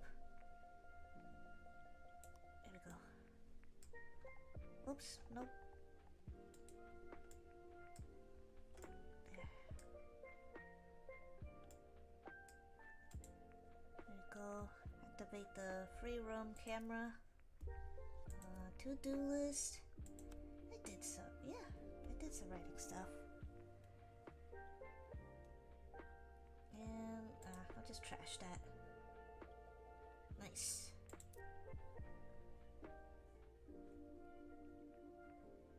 Alright. And whoops, I need to get rid of whoopsies. Let me get rid of that. I am done with coworking for now. I'm just going to be chatting, but I'll just use this as my chat room screen because I just like looking at my Gogh character. I read the original RFC trilogy when I was in high school. I remember really loving it. I did not know there were more books. Yeah, let me actually look in my Libby app and see, because I was surprised. I thought it was a more shorter series. Okay, why did Siri activate? That was weird. Okay, RFC. Oh, because I said RFC. She thought I was saying her name. It's kind of annoying.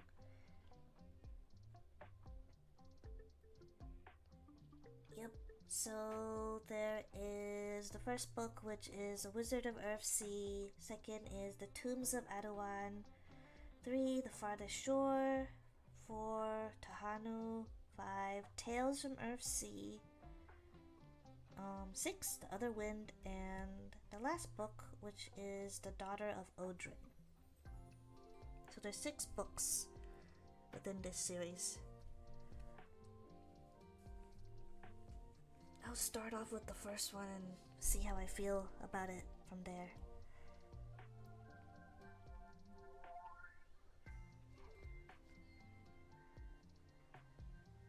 What else have I wanted to read?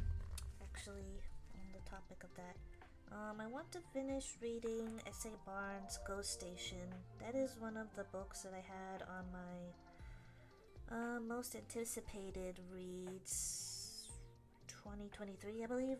Yes, I read as far as The Farthest Shore. I never heard of the rest. Ooh, okay. Interesting. Sorry, that was me just shuffling around my pen. Farthest Shore. Yeah, there's Tahanu, Tales from Earthsea, The Other Wind, and The Daughter of Odrin. Yeah, I really, The Left Hand of Darkness is probably, if I had to say, if somebody, um, metaphorically was holding, um, a gun to my head and I had to say what my favorite book was and there only had to be one book, I would say Ursula K. Le Guin's The Left Hand of Darkness. But I have a few favorite books. But if I had to say a definitive favorite book, then it would be The Left Hand of Darkness for sure.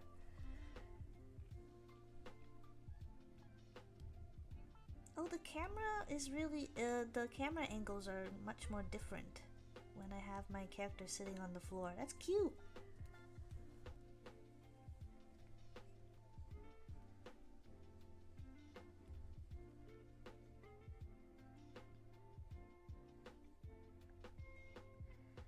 What else? Oh, I also want to finish Shuangzi Yang's book called Taiwan Travelogue, which is about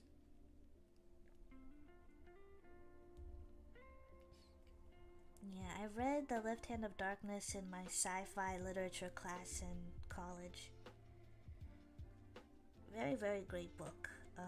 Unfortunately, I did not actually read the book when I was in the class. I kind of just skimmed it, but I did manage to read it a little bit afterwards. So, yeah. The Taiwan Travelogue is about a young novelist named Chizuko Aoyama, who goes on like kind of like a business trip to Taiwan. She gets to stay there for 1 year, and she gets to talk about like her newest book and do lectures and stuff under the guise of like writing like a travelogue basically of her experience in Taiwan, which is cool. And I believe it's a love story between her and her female language interpreter. So she has another lady named Chizuru, and she helps to like translate and also like suggest and help her with her travels while she's staying in Taiwan. It's very interesting because one of the main topics that the book, it doesn't exactly talk about directly, but yeah, it talks about like the Japanese occupation of Taiwan. So it's very interesting that we're following a Japanese character as our main character. So I'm kind of interested how the cultural aspect of the book will be done. I have a feeling this will be a 5-star book though. I randomly found out about it while I was looking through my For You page on Twitter, and people were asking for like more sapphic books to read, and this was like a suggestion somebody made. And then it was a little bit confusing because somebody was like saying this was a real biographical travelogue, which is not real. It's not. This is a totally fictional book.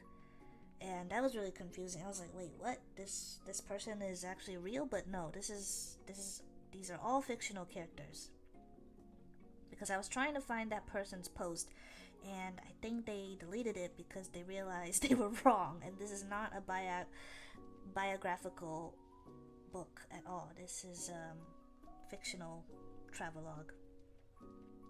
But yeah, the author is Taiwanese, so I'm curious on what the creative decision was to making the main character Japanese instead of Taiwanese. So yeah, I'll find out once I read it. It's a pretty short book. It's like 290, 80 or 90 something pages. So I'm sure I'll get through it eventually. It's like a fiction, historical fiction. It would be nice to read more sapphic books that are not in the historical fiction route. Now I kind of understand that post somebody was asking for a few years ago. So like, please no historical fiction for sapphic books. And I was just like, I like sapphic books, but yeah. That sounds very interesting. Just last year I read a similar novel about the Japanese occupation of Philippines. Whoa, I've actually never heard about that. And now I feel a little bit embarrassed that I was unknowledgeable of that. I'll need to look into that a little bit more.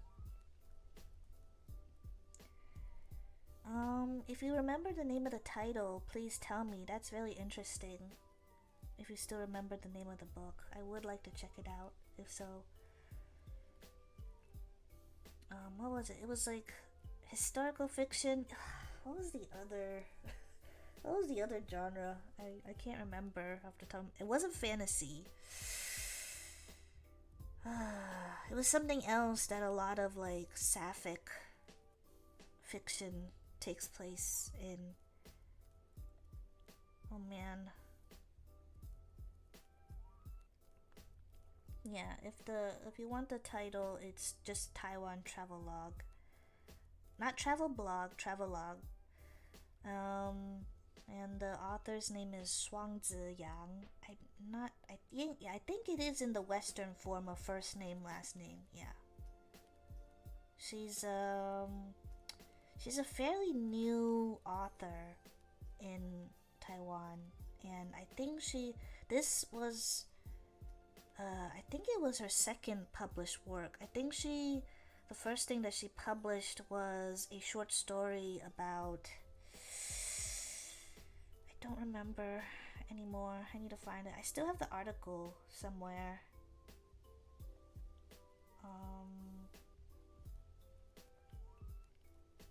Shoot, I guess I got rid of it. Let me try to find it. It was an interesting.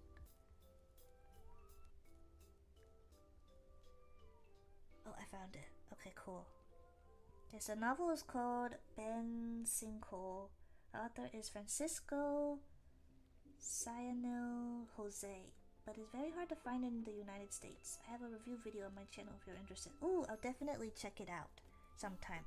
I'll see if I can try to find the book somehow, even though you said it was difficult to find.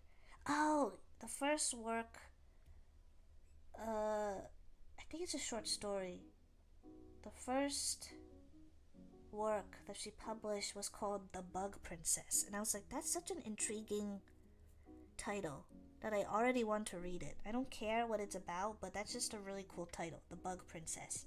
I think that's the first thing that she published. And then it's a short story in Mandarin.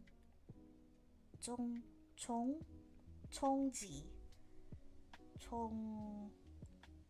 I guess Chong is Chong. Oh my god, I mispronounced it. I forgot. Yeah, the tonal. I was like, that doesn't sound right. Chong is Mandarin for bug. I'm wondering why it's that word. Maybe it's a more old word of princess, because I know there's a different word that also means princess. So yeah, it literally just means the bug princess. Chongji, yeah. It's about an elderly Philippine professor who suffered during the Japanese occupation. His graduate student is a Japanese woman whose grandfather was one of his Japanese guards during World War II. Whoa. Oh man. That is definitely really interesting. It's a novel about forgiveness and redemption, but has a lot of graphic war violence. That makes sense. I'm glad it doesn't shy away from the violence, I'm pretty sure, that probably occurred during the occupation period. Because what I'm a little bit, maybe not weirded out is the term, but it's like everything has been like kind of lighthearted so far in Taiwan Travelogue, and I cannot speak because I am not Taiwanese. I am Asian, but it's very interesting to look at it, look at the, look at this from an outside, even if it's like another Asian perspective, but like an outside perspective, even so. So I'm just wondering, I really hope the author goes into like the actual like topic of occupation, because she's kind of skirting around it a little bit. But I know things are definitely going to turn serious later on, because there's like a something definitely there's like a very drastic rift that happens between the two women. I think they're like, of course it explores like their eventual like, I'm not sure if it's gonna be like um subtle or more explicit, not in NSFW terms, just like the authors like explicitly like displays like, oh, these two women are in a romantic relationship. So I'm not sure how explicit she will be in regards to their relationship status of each other. It's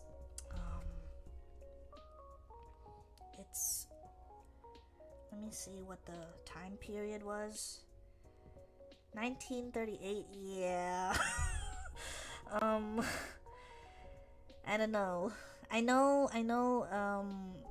LGBTQ marriage is recognized in Taiwan now. I don't know what the feelings are of queer couples were back then, so I don't know. And because they are occupied, I feel like that's even more stunted, and probably not, what is it? Not really encouraged, because of like there's already like a safety issue regarding like the the the occupiers being in the country anyways. So yeah, that's interesting. So I'm definitely not expecting anything like how LGBTQ romances can be more explicit now, in 2025. So I have to remember it's probably much more subdued. But yeah, we'll see. But the book that you were talking about is definitely very interesting. I'll definitely write it down. Um, I don't know. I can't say I can guarantee that I can get it, because you said it's difficult to get in the States. But I will have it written down in my notebook so I won't forget. Oh no. My pen is running out of ink.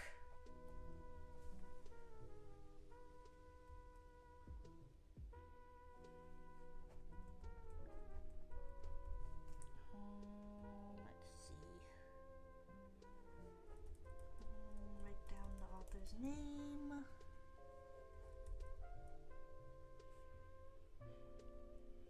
Sayano Jose. Okay. Yeah, that's one of the books that I have been reading. Let's see what I have on Libby besides that. I have Dracul, which is like a book inspired by Dracula, but I'm probably not gonna finish listening to it, because I have the audiobook until I finish the audio podcast that I'm listening to right now. Yeah, the author Sino Jose died a few years ago, but his estate only sells books in Philippines. Oh, dang. Oh boy. Okay, that makes a lot of sense. Okay. We'll see. We'll see. Oh boy. It's like when I found out about, what's the book? I found this really interesting book that I just added to my ever expanding TBR list. Dang it. Okay, it's called it's not difficult to get in the States. It's just that the price is really expensive. And it's Marcella let me see.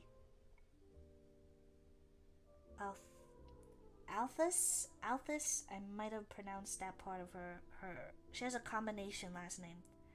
Althus Reed, and her book called Indecent Theology: Theological Perversions in Sex, Gender, and Politics. I added that to my TBR on Goodreads. But yeah, my Goodreads is private. It's just kind of an archival thing for me, so you won't be able to find it anyways. It's just for me to look at, to organize books and stuff.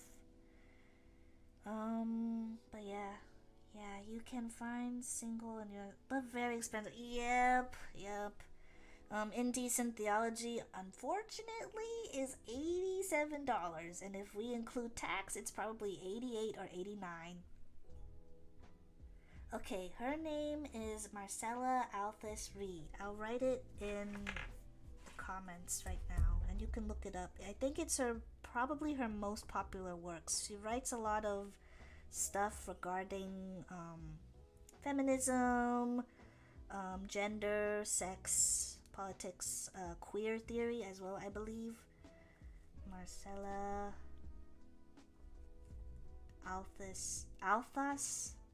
I'll have to find out how to pronounce that part of her last name.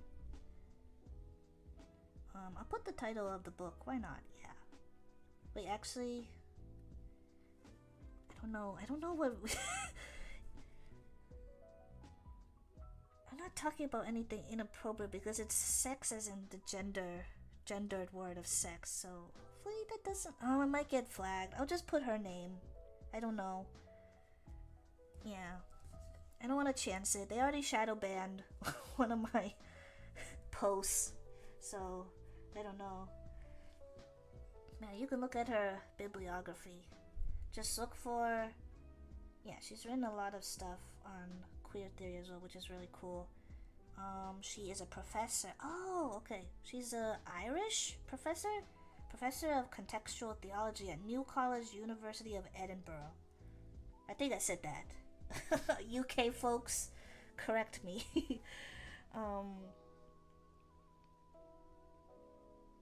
Yeah, I believe she is still alive,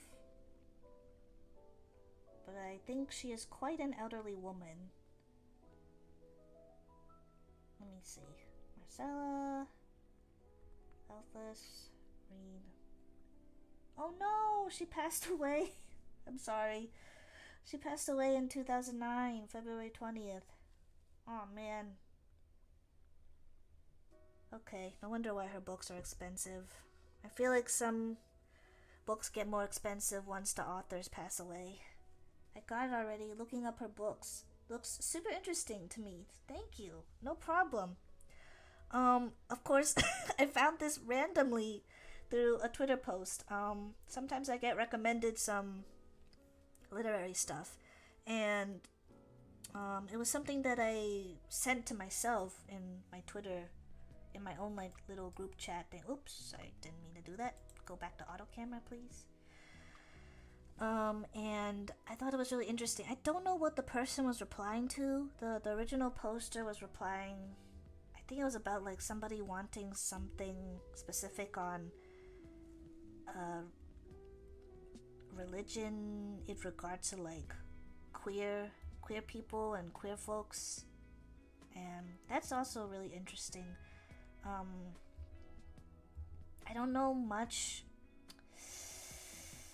I know there was something, I don't remember anymore. Definitely some stuff in regards to like how certain LGBTQ people moved about historically. But I know like I only found out recently that there were a lot of like LGBTQ identifying people who would join the church, actually, like the monks and the nuns. Specifically, I know a little bit more about nuns and how some of the reasons were because they wanted to escape like a potentially like abusive marriage or an unfair marriage arrangement, or they just didn't want to get married at all, but they were like basically forced into a marriage, of course, and they would just like escape and like become nuns which I thought was such an interesting concept. And some of them escaped because they just the women did not have any interest in men, so they found companionship among other women as nuns, which I thought was really cool. I think I learned that from a podcast, specifically. I think I still have it on my Spotify podcast list that I subscribed to in the past.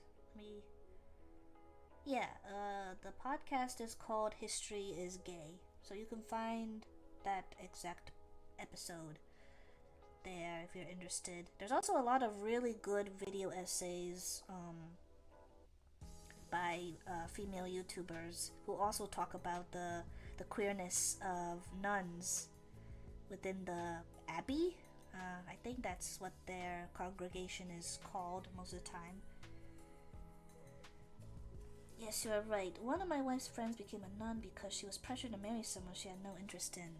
Wow. Oh my god. An actual example. Oh my goodness. That's so interesting.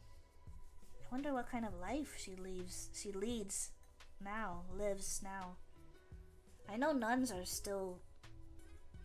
They still exist, so that's very, very interesting. I think nuns as a concept and also as a role is such an interesting thing to me. Yeah, I'll probably talk about that more in another just chatting stream or something. I don't know, I just find them super interesting. Oh, there was also a book that I read this year. It was one of my 2025 anticipated reads. Best book I read on the topic is still Christianity, Social Tolerance, and Homosexuality. Gay People in Western Europe from the Beginning of the Christian Era to the 14th Century by John Boswell. Ooh, okay, that's very long, so I'm just gonna take a picture of it on my phone and look that up later. It is a bit scholarly. That's okay. I like reading scholarly articles. I just wish I had time to read more of those kinds of works. But that'll definitely help if I ever want to do a deep dive on that topic. Maybe it'll be possible in the future. I do want to delve more into video essay stuff. I still need to make one, of course, but we'll see. What was that book? It was by a Latina author, I believe. Okay, let me go on my story graph. Oh my goodness, why am I making things so hard for myself? Recently read.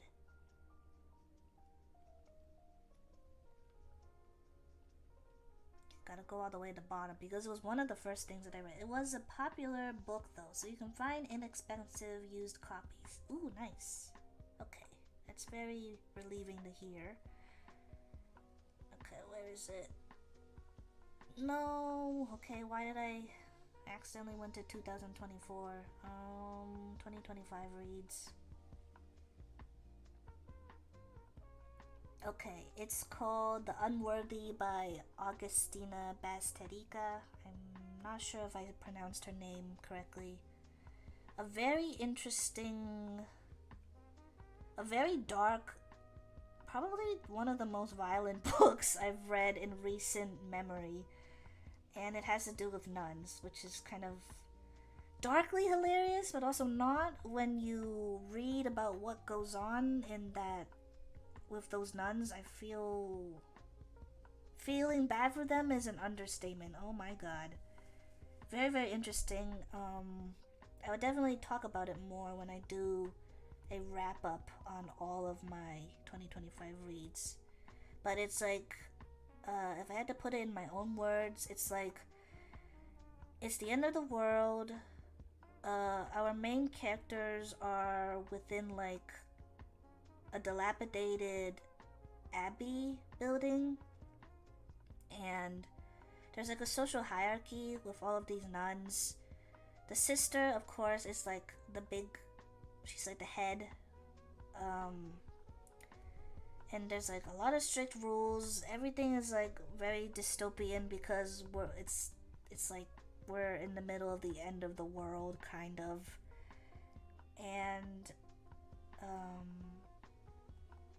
what is it? There's something about like being like ascendant. There's like an ascendance ritual that can happen if you are chosen by the priest, who's also the only male figure in the whole congregation, which is, I remember I read that and I was like, that's a little weird. But then, yeah, you'll see. There's definitely, yeah, she wrote Tenders of Flesh. I do not want to read that book because I think that's too violent for me. This one was very violent too, but I actually enjoyed it, and it made me think a lot about a lot of things. Like women's autonomy, definitely, like some topics regarding feminism and violence against women, definitely. Violence of women at the hands of men specifically, because you'll meet like they're not the it's not the priest. There's like men outside of the congregation that I think it's the main character who meets, and yeah, it's something. Yeah, I if you're okay with violence and deep topics regarding like lots of things like women's rights and so on and so forth, it might be interesting for you. And like dystopian settings, and nuns in a very interesting setting. Yeah, I gave it a 4.5. I did enjoy it, even though it was kind of awful. I felt kind of awful after I was done reading it, but it was an eye-opening read, in regards to like the nun and religious setting. I don't think the topics that the author discusses or alludes to is brand new to me. It's very interesting because of the characters and their roles and such. What else? What else have I been reading? I need to go back to my Libby app. I guess that's it on my current reads. I have stuff in my holds. I have a hold for Neil Sharpson's new horror book, The Burial Tide. I still need to read Knock Knock Open Wide, which is his like first, I think his debut novel. I might be wrong. He did write a YA or juvenile fiction novel. So maybe it's not, I think it's his horror debut novel, maybe not his first actual debut. That's very interesting. It's like talking about like a cult that revolves around like a children's TV show, and it's like split between two timelines. So there's like a timeline within the past, and then there's a timeline within the present. And I think the present is like 2010s era. So not too far, not too long ago. And it talks of the modern timeline, present day, talks about one of the mother's daughter. So she's the main character, and then when we go back, we follow a farming couple and the daughter's mom, and kind of like the aftermath of like a very terrifying situation that happens to her, which I still don't really know. It's very heavily implied what happens to her, but I'm still not totally sure because the storytelling is a little bit vague there, but it's very intriguing. I think I want to read more Irish literature in general because I don't know, there's just something very sharp but whimsical about Irish literature, which I really like. That is very different from the tone of, like, for example, like British literature. So, yeah, definitely want to read more. I think it's because I really enjoyed reading Carmilla by, oh gosh, I think his name is I mean, he passed away a long time ago, but yeah, his name is still the same. Um, Sheridan Le Fanu, I think that's the author's name. I really enjoyed Carmilla. I gave it 5 stars. I read it earlier this year, and yeah, I really enjoyed it. It is the first sapphic iteration of vampire literature. So I, of course, had to check it out. Of course, because most, unfortunately, vampire literature follows male vampires. So it's nice to actually follow a vampire that's a lady for once, and she's also queer. So that's cool too. That's a bonus too. That's always great. I think that's why I wanted to read Dracula too, because they kind of like they kind of like I don't think they inspired each other, but they're usually compared with each other, is what I mean. Even though they're two totally different stories, to be honest, in my opinion, at least.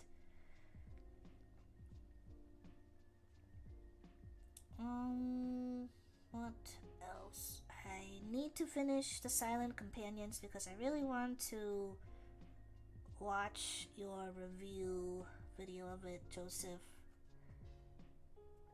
And I'm really enjoying it so far. And I feel really bad for the main character. She's going through a lot. Oh my god. That poor lady. And then we're following 2 different timelines. So there's like the aftermath of what initially happens to her. And then what happened, like all of the events that occur in the past that led her into the situation that she's in now. What else do I have? I have Alison Richmond's The Missing Pages. I don't remember what inspired me to want to pick up this book. I read Companions based on your recommendation. Yeah, I really want to read it because I love Gothic literature.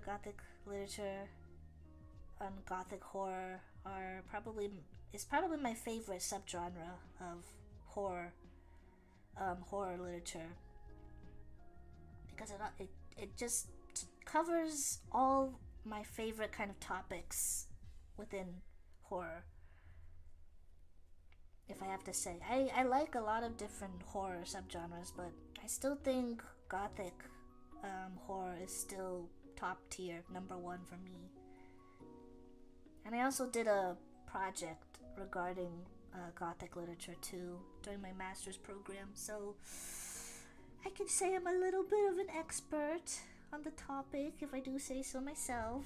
I don't remember why I put this. Wait, it's fantasy? What? The Missing Pages? I thought it was like just historical fiction. What the heck? Oh, A Ghost in a Library? Oh, that's probably why.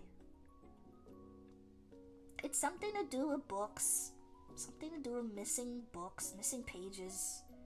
I don't know much about it. I just put it on my holds list. I have the audiobook and the digital ebook. And then I have Simultaneous by Eric Hesserer. Oh my gosh. I was watching one of my favorite booktubers, and probably the inspiration, honestly, behind me becoming a VTuber in the first place. I probably will at some point make, this is a little bit on a tangent, but I'll probably make a video sometime in the future regarding what like inspired me to become a VTuber in the first place. And Kayla from Books and Lala is definitely a big inspiration behind it. It was pretty creepy, but not scary. I read it in Philippines during Christmas, and they have loads of very scary traditions there. So I guess I was expecting more scares. I'm sorry. I'm sorry for laughing. I know. I mean, I know about this. The spirits in the Philippines are no joke. Like, it's not even something I should even be laughing about because they actually have like really like I don't care if you people do not believe in the supernatural. I do, but like, oh my god, they're the ghosts and the supernatural entities in the Philippines are not to be glossed over. Oh, and they're terrifying to say the least. So that's why I laughed because I do follow at least at the top of my head, I do follow one Filipino VTuber, and I don't think he talks about it very often, but I think he talked about it a little bit, and he has a coworker who is Filipino too, so it was it was very interesting to hear them talking about the supernatural stuff a little bit of each other during the stream. So yeah, and my in-laws take those scary stories very seriously. Yeah, I would probably take them seriously too. I I don't know. I don't think. Yeah, I think you still should take precautions because there's something about those spirits that are very weirdly, incredibly violent. So, oh my.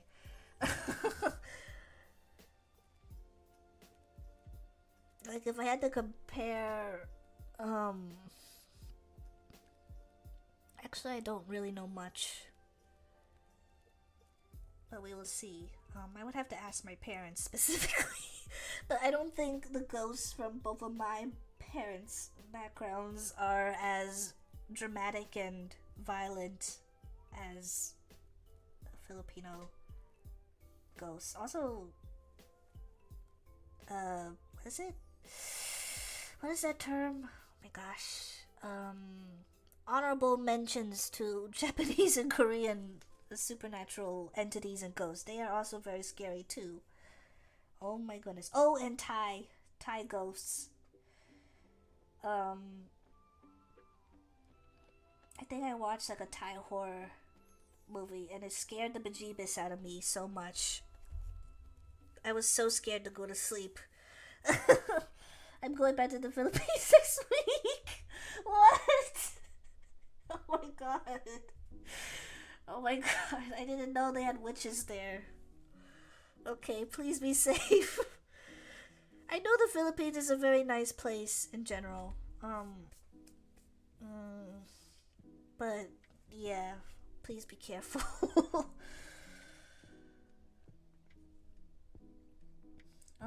I have Dante. Why is this kind of funny to me?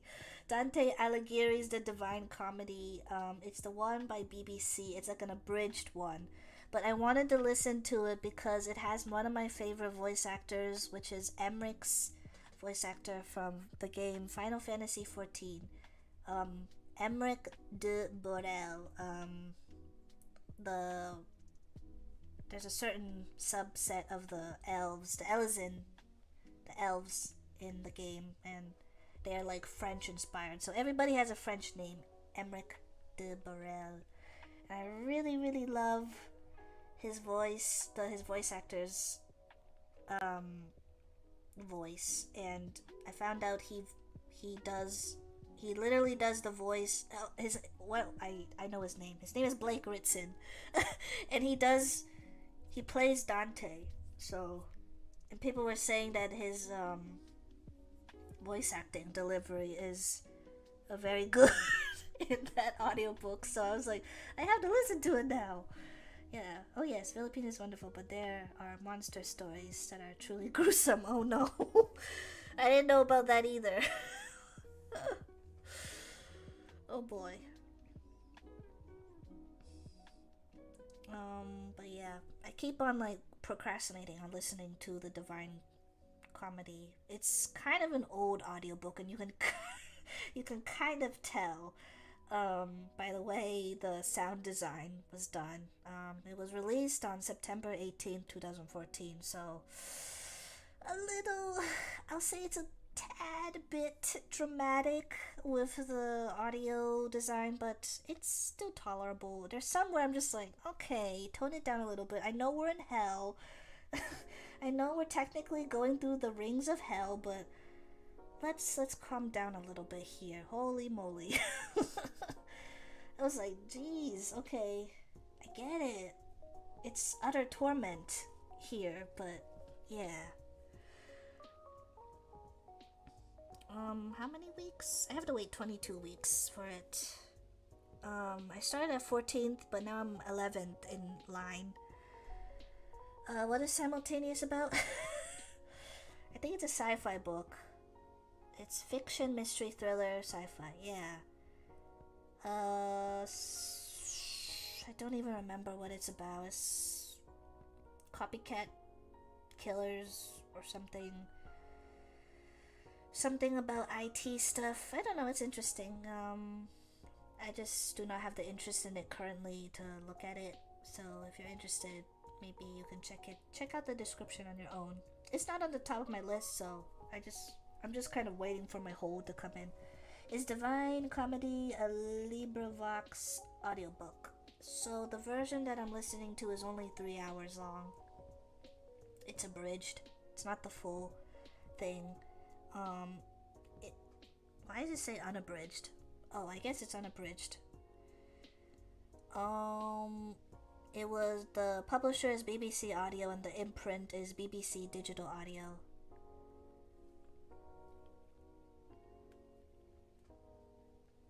But yeah. I also watched a drama that Blake Ritson also acts. I did not know that. I thought he was just a voice actor, but no, his main thing is being an actor. And he stars as one of the,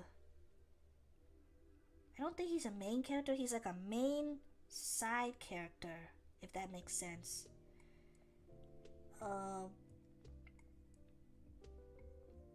What the heck? Where? Did I accidentally unsubscribe? Uh-oh. Oh, no, I didn't. The Gilded Age. The Gilded Age show. I don't remember which character he plays. I'll look it up.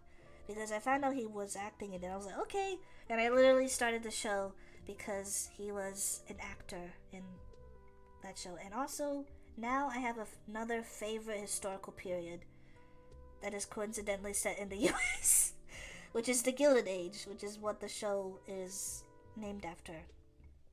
Such a very interesting and underrated historical period.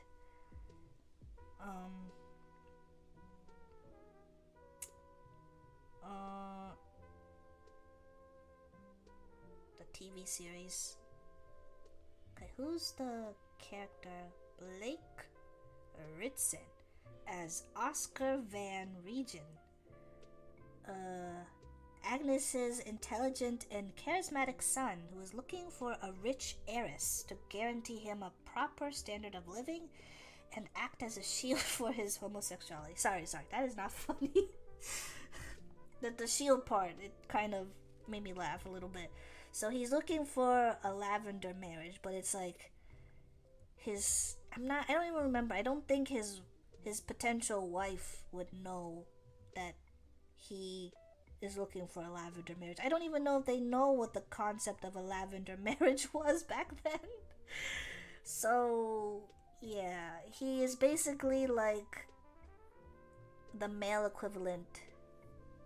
No, I think, yeah, let's make Gold Digger a gender neutral name. He's a gold digger, essentially. He's looking for a sugar mommy to fund his sugar baby lifestyle within his family. I have to call it an even. Thank you for break time, for reading, and your always interesting conversation. Have a great weekend. Of course. Thank you for stopping in, Joseph. I really appreciate it. I'll be talking a little bit more before I stop for the night too. But yeah, thank you. And thank you so much for subscribing, being a paying subscriber to my Substack. I will let everyone know when my first piece will come out. Hopefully very soon, because I'm like halfway done with it. So I'll let you all know when it's finished. Thank you so much for tuning in, Joseph.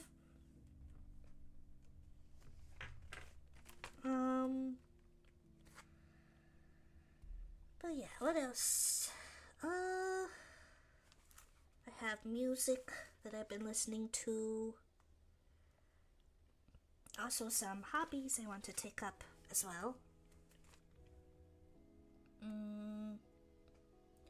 So some music that I've been listening to is the band Hanabi, which is like a metalcore, all-female band, which is pretty cool.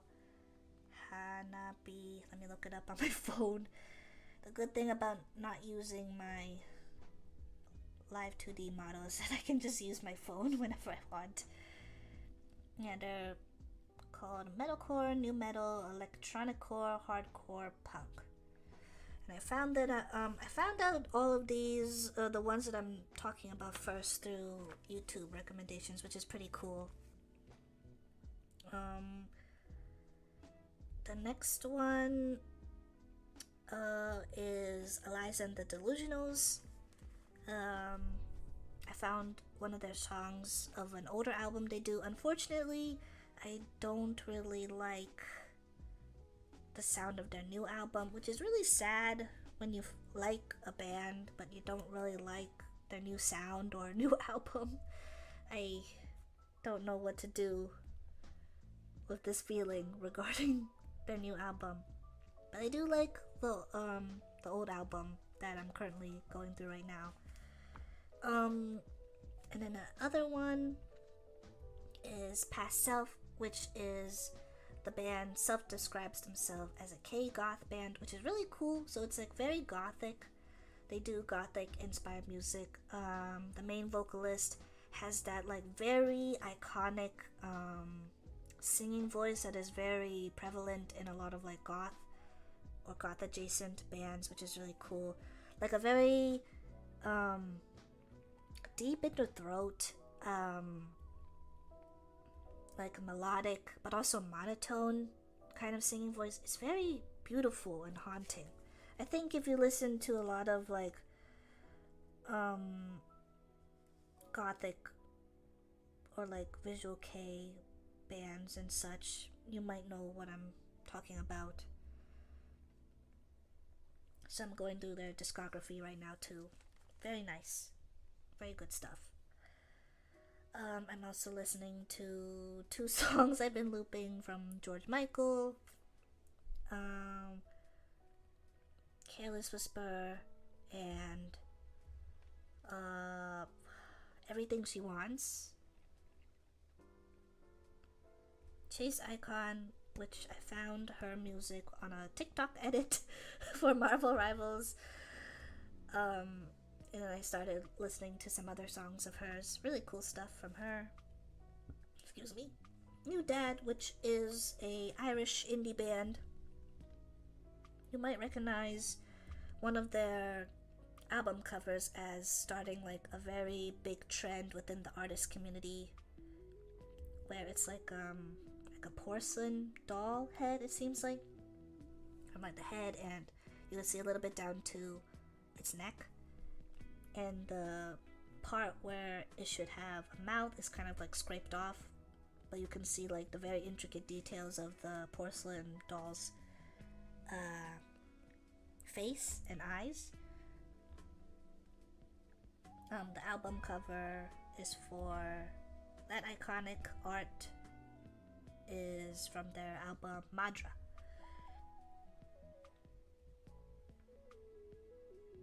And I've been listening to Tame Impala's Dracula song, which is very makes the timing of that is very funny since I'm now reading Dracula.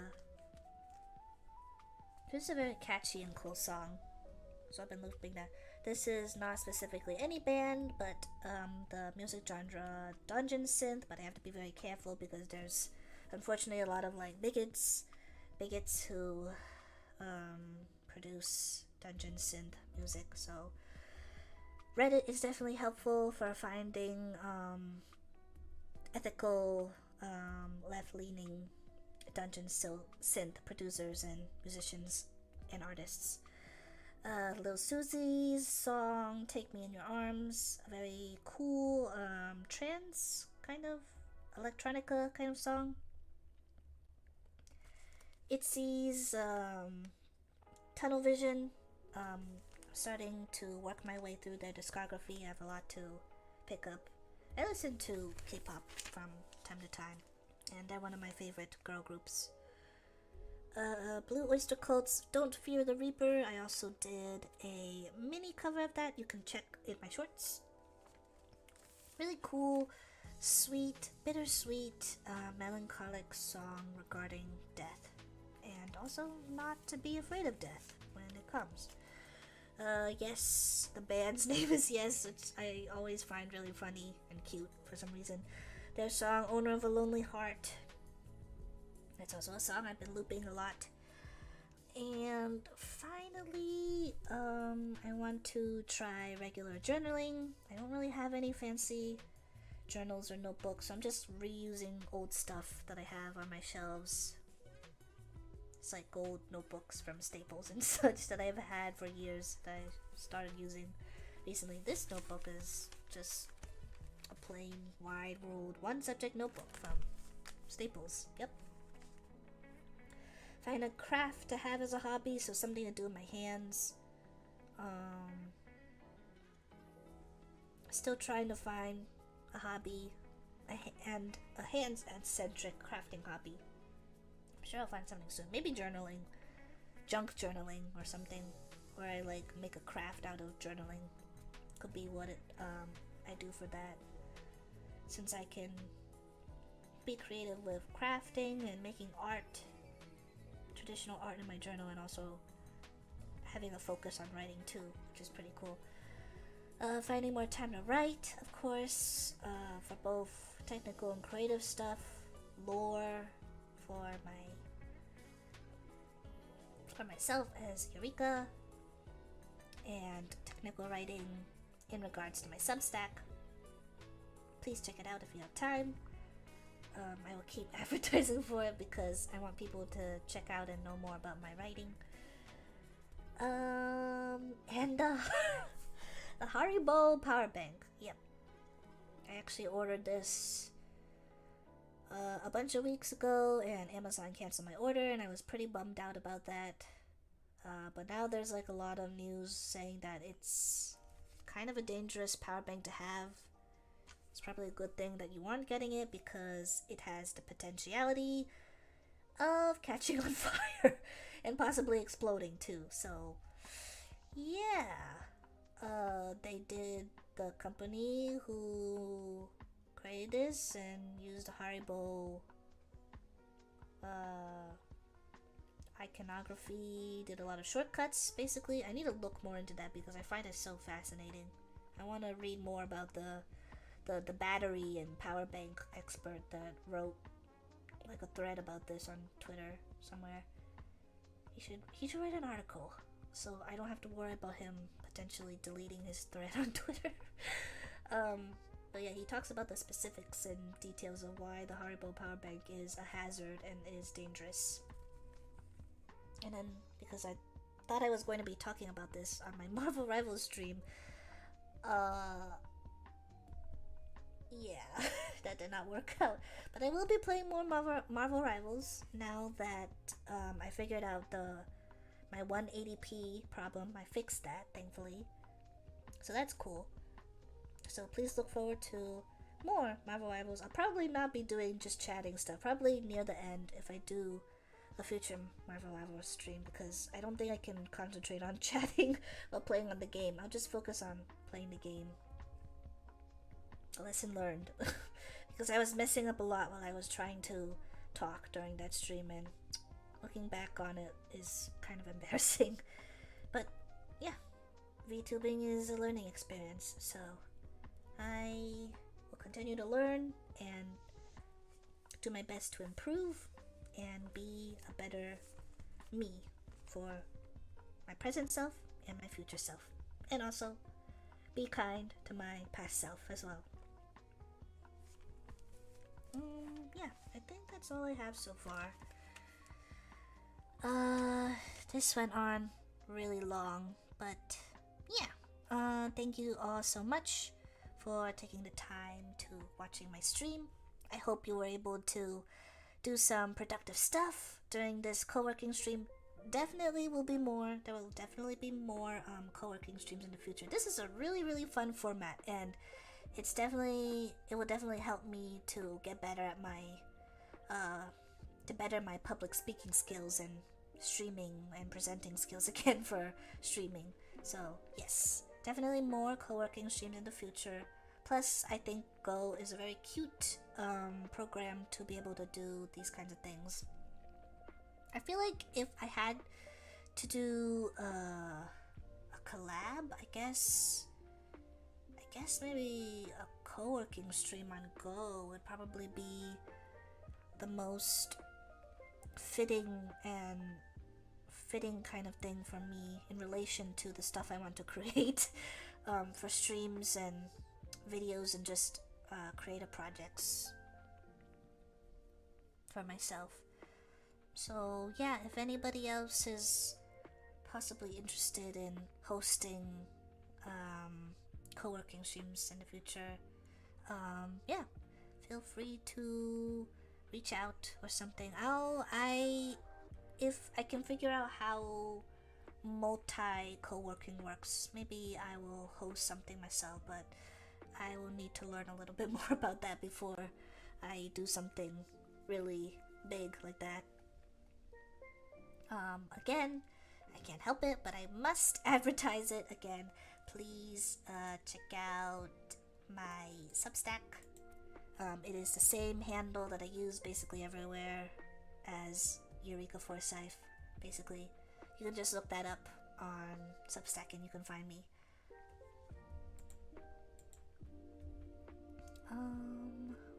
What else? Feel free to subscribe. It's not necessary, but if you have the means to, you can also subscribe. Be a paying subscriber as well. But only if you have the means and the funds too. Please do not feel obligated, but just being able to subscribe and it already means a lot. But yeah. Let me take a sip of water before I continue.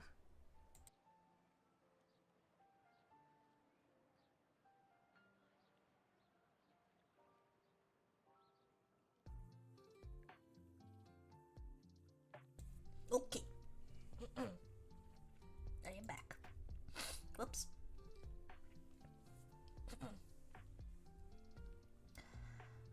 What else to say?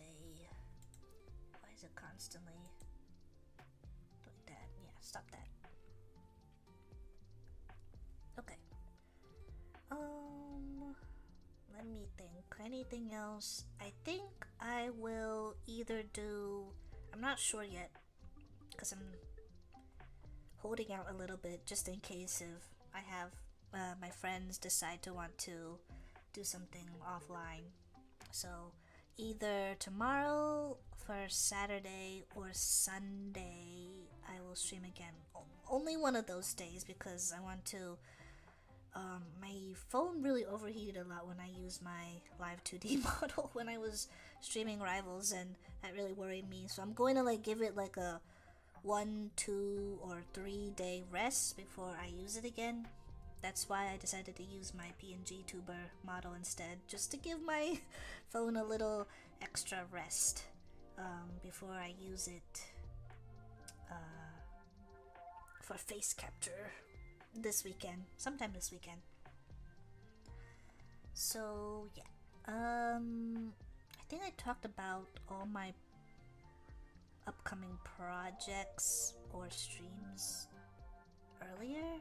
So if you want to hear more about that, you can watch the VOD later, once I go offline.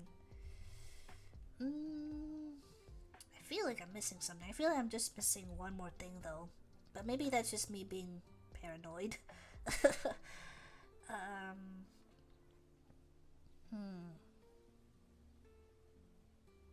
yeah. I will be doing a gaming stream this weekend. It will be an indie game. I want to do something short and sweet, so I'm just gonna pick a game from an indie developer that I can just finish in like 1 to 2 hours max. It will most likely be a romance-based visual novel. I'm thinking maybe horror too. But we will see. I'd rather just do one stream per game, even if it's short. So, yeah, I might save the horror one for. Excuse me. Oh my god, I'm so sorry. A later stream, perhaps. And then on my off day, I will focus on writing all my thoughts down for the remaining 2024 reads that I did last year and do a reading wrap up, aka cash catch up, which is the name that I call my excuse me, reading wrap up streams or videos. But most likely the videos are much shorter because I call them pocket sized cash catch ups. So please look forward to that sometime next week. I'm not sure when. We will see, because I telework in the beginning of the week. Maybe I'll do it then, but I want to have my phone be able to rest too. So we will see. I will think about it some more during the weekend and then I'll decide. I'm still trying to figure out how to do schedules and stuff. I'm not really used to that because my streaming activities are pretty sporadic and non-regular, I guess. So, oh my god, not my voice breaking, sorry. Let me drink some more water. Okay. Excuse me. Excuse me. Shoot. Anything else? I think that is all for now. We'll see. I'll probably be mostly half of the week. If I have enough time, I'll see if I can do more streams, but I want to focus on doing more writing and video editing. Once I ask my friend for some questions that I have regarding DaVinci Resolve, but we'll see. That's a problem for me to figure out offline. But yeah, let me stop stalling. Excuse me. Let me clear my throat before I do my outro.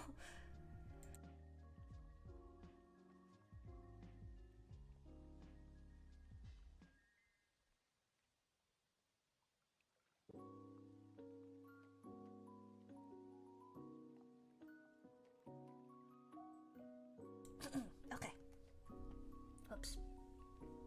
Should have did that last clear while I was still muted. Oh well. Excuse me for that. Oh, but yeah. Thank you so much for all of you that tuned in. I really appreciate it. I hope you all have a good rest of your day or night, wherever you may be in this big, big world. You can check out my socials below. Whoops. Let me try that again. You can check out my socials below. Oop, I did it again. You can check out my socials in the description below. This time I have a big focus on my Substack, so please check it out if you have time and you enjoy reading. But I will also have video and audio / podcast versions of my future pieces for more accessibility if you do not like reading. But I strongly encourage you to please read the written form, because that is the original form that I make those posts in by writing it out with my own brain and creativity.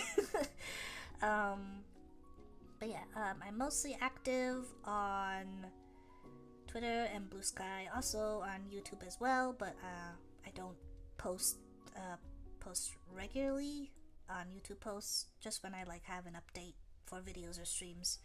But yeah, mostly active. Now I would include Substack as well, so please check out Twitter, Blue Sky, or my Substack. But I'm mostly active on Blue Sky.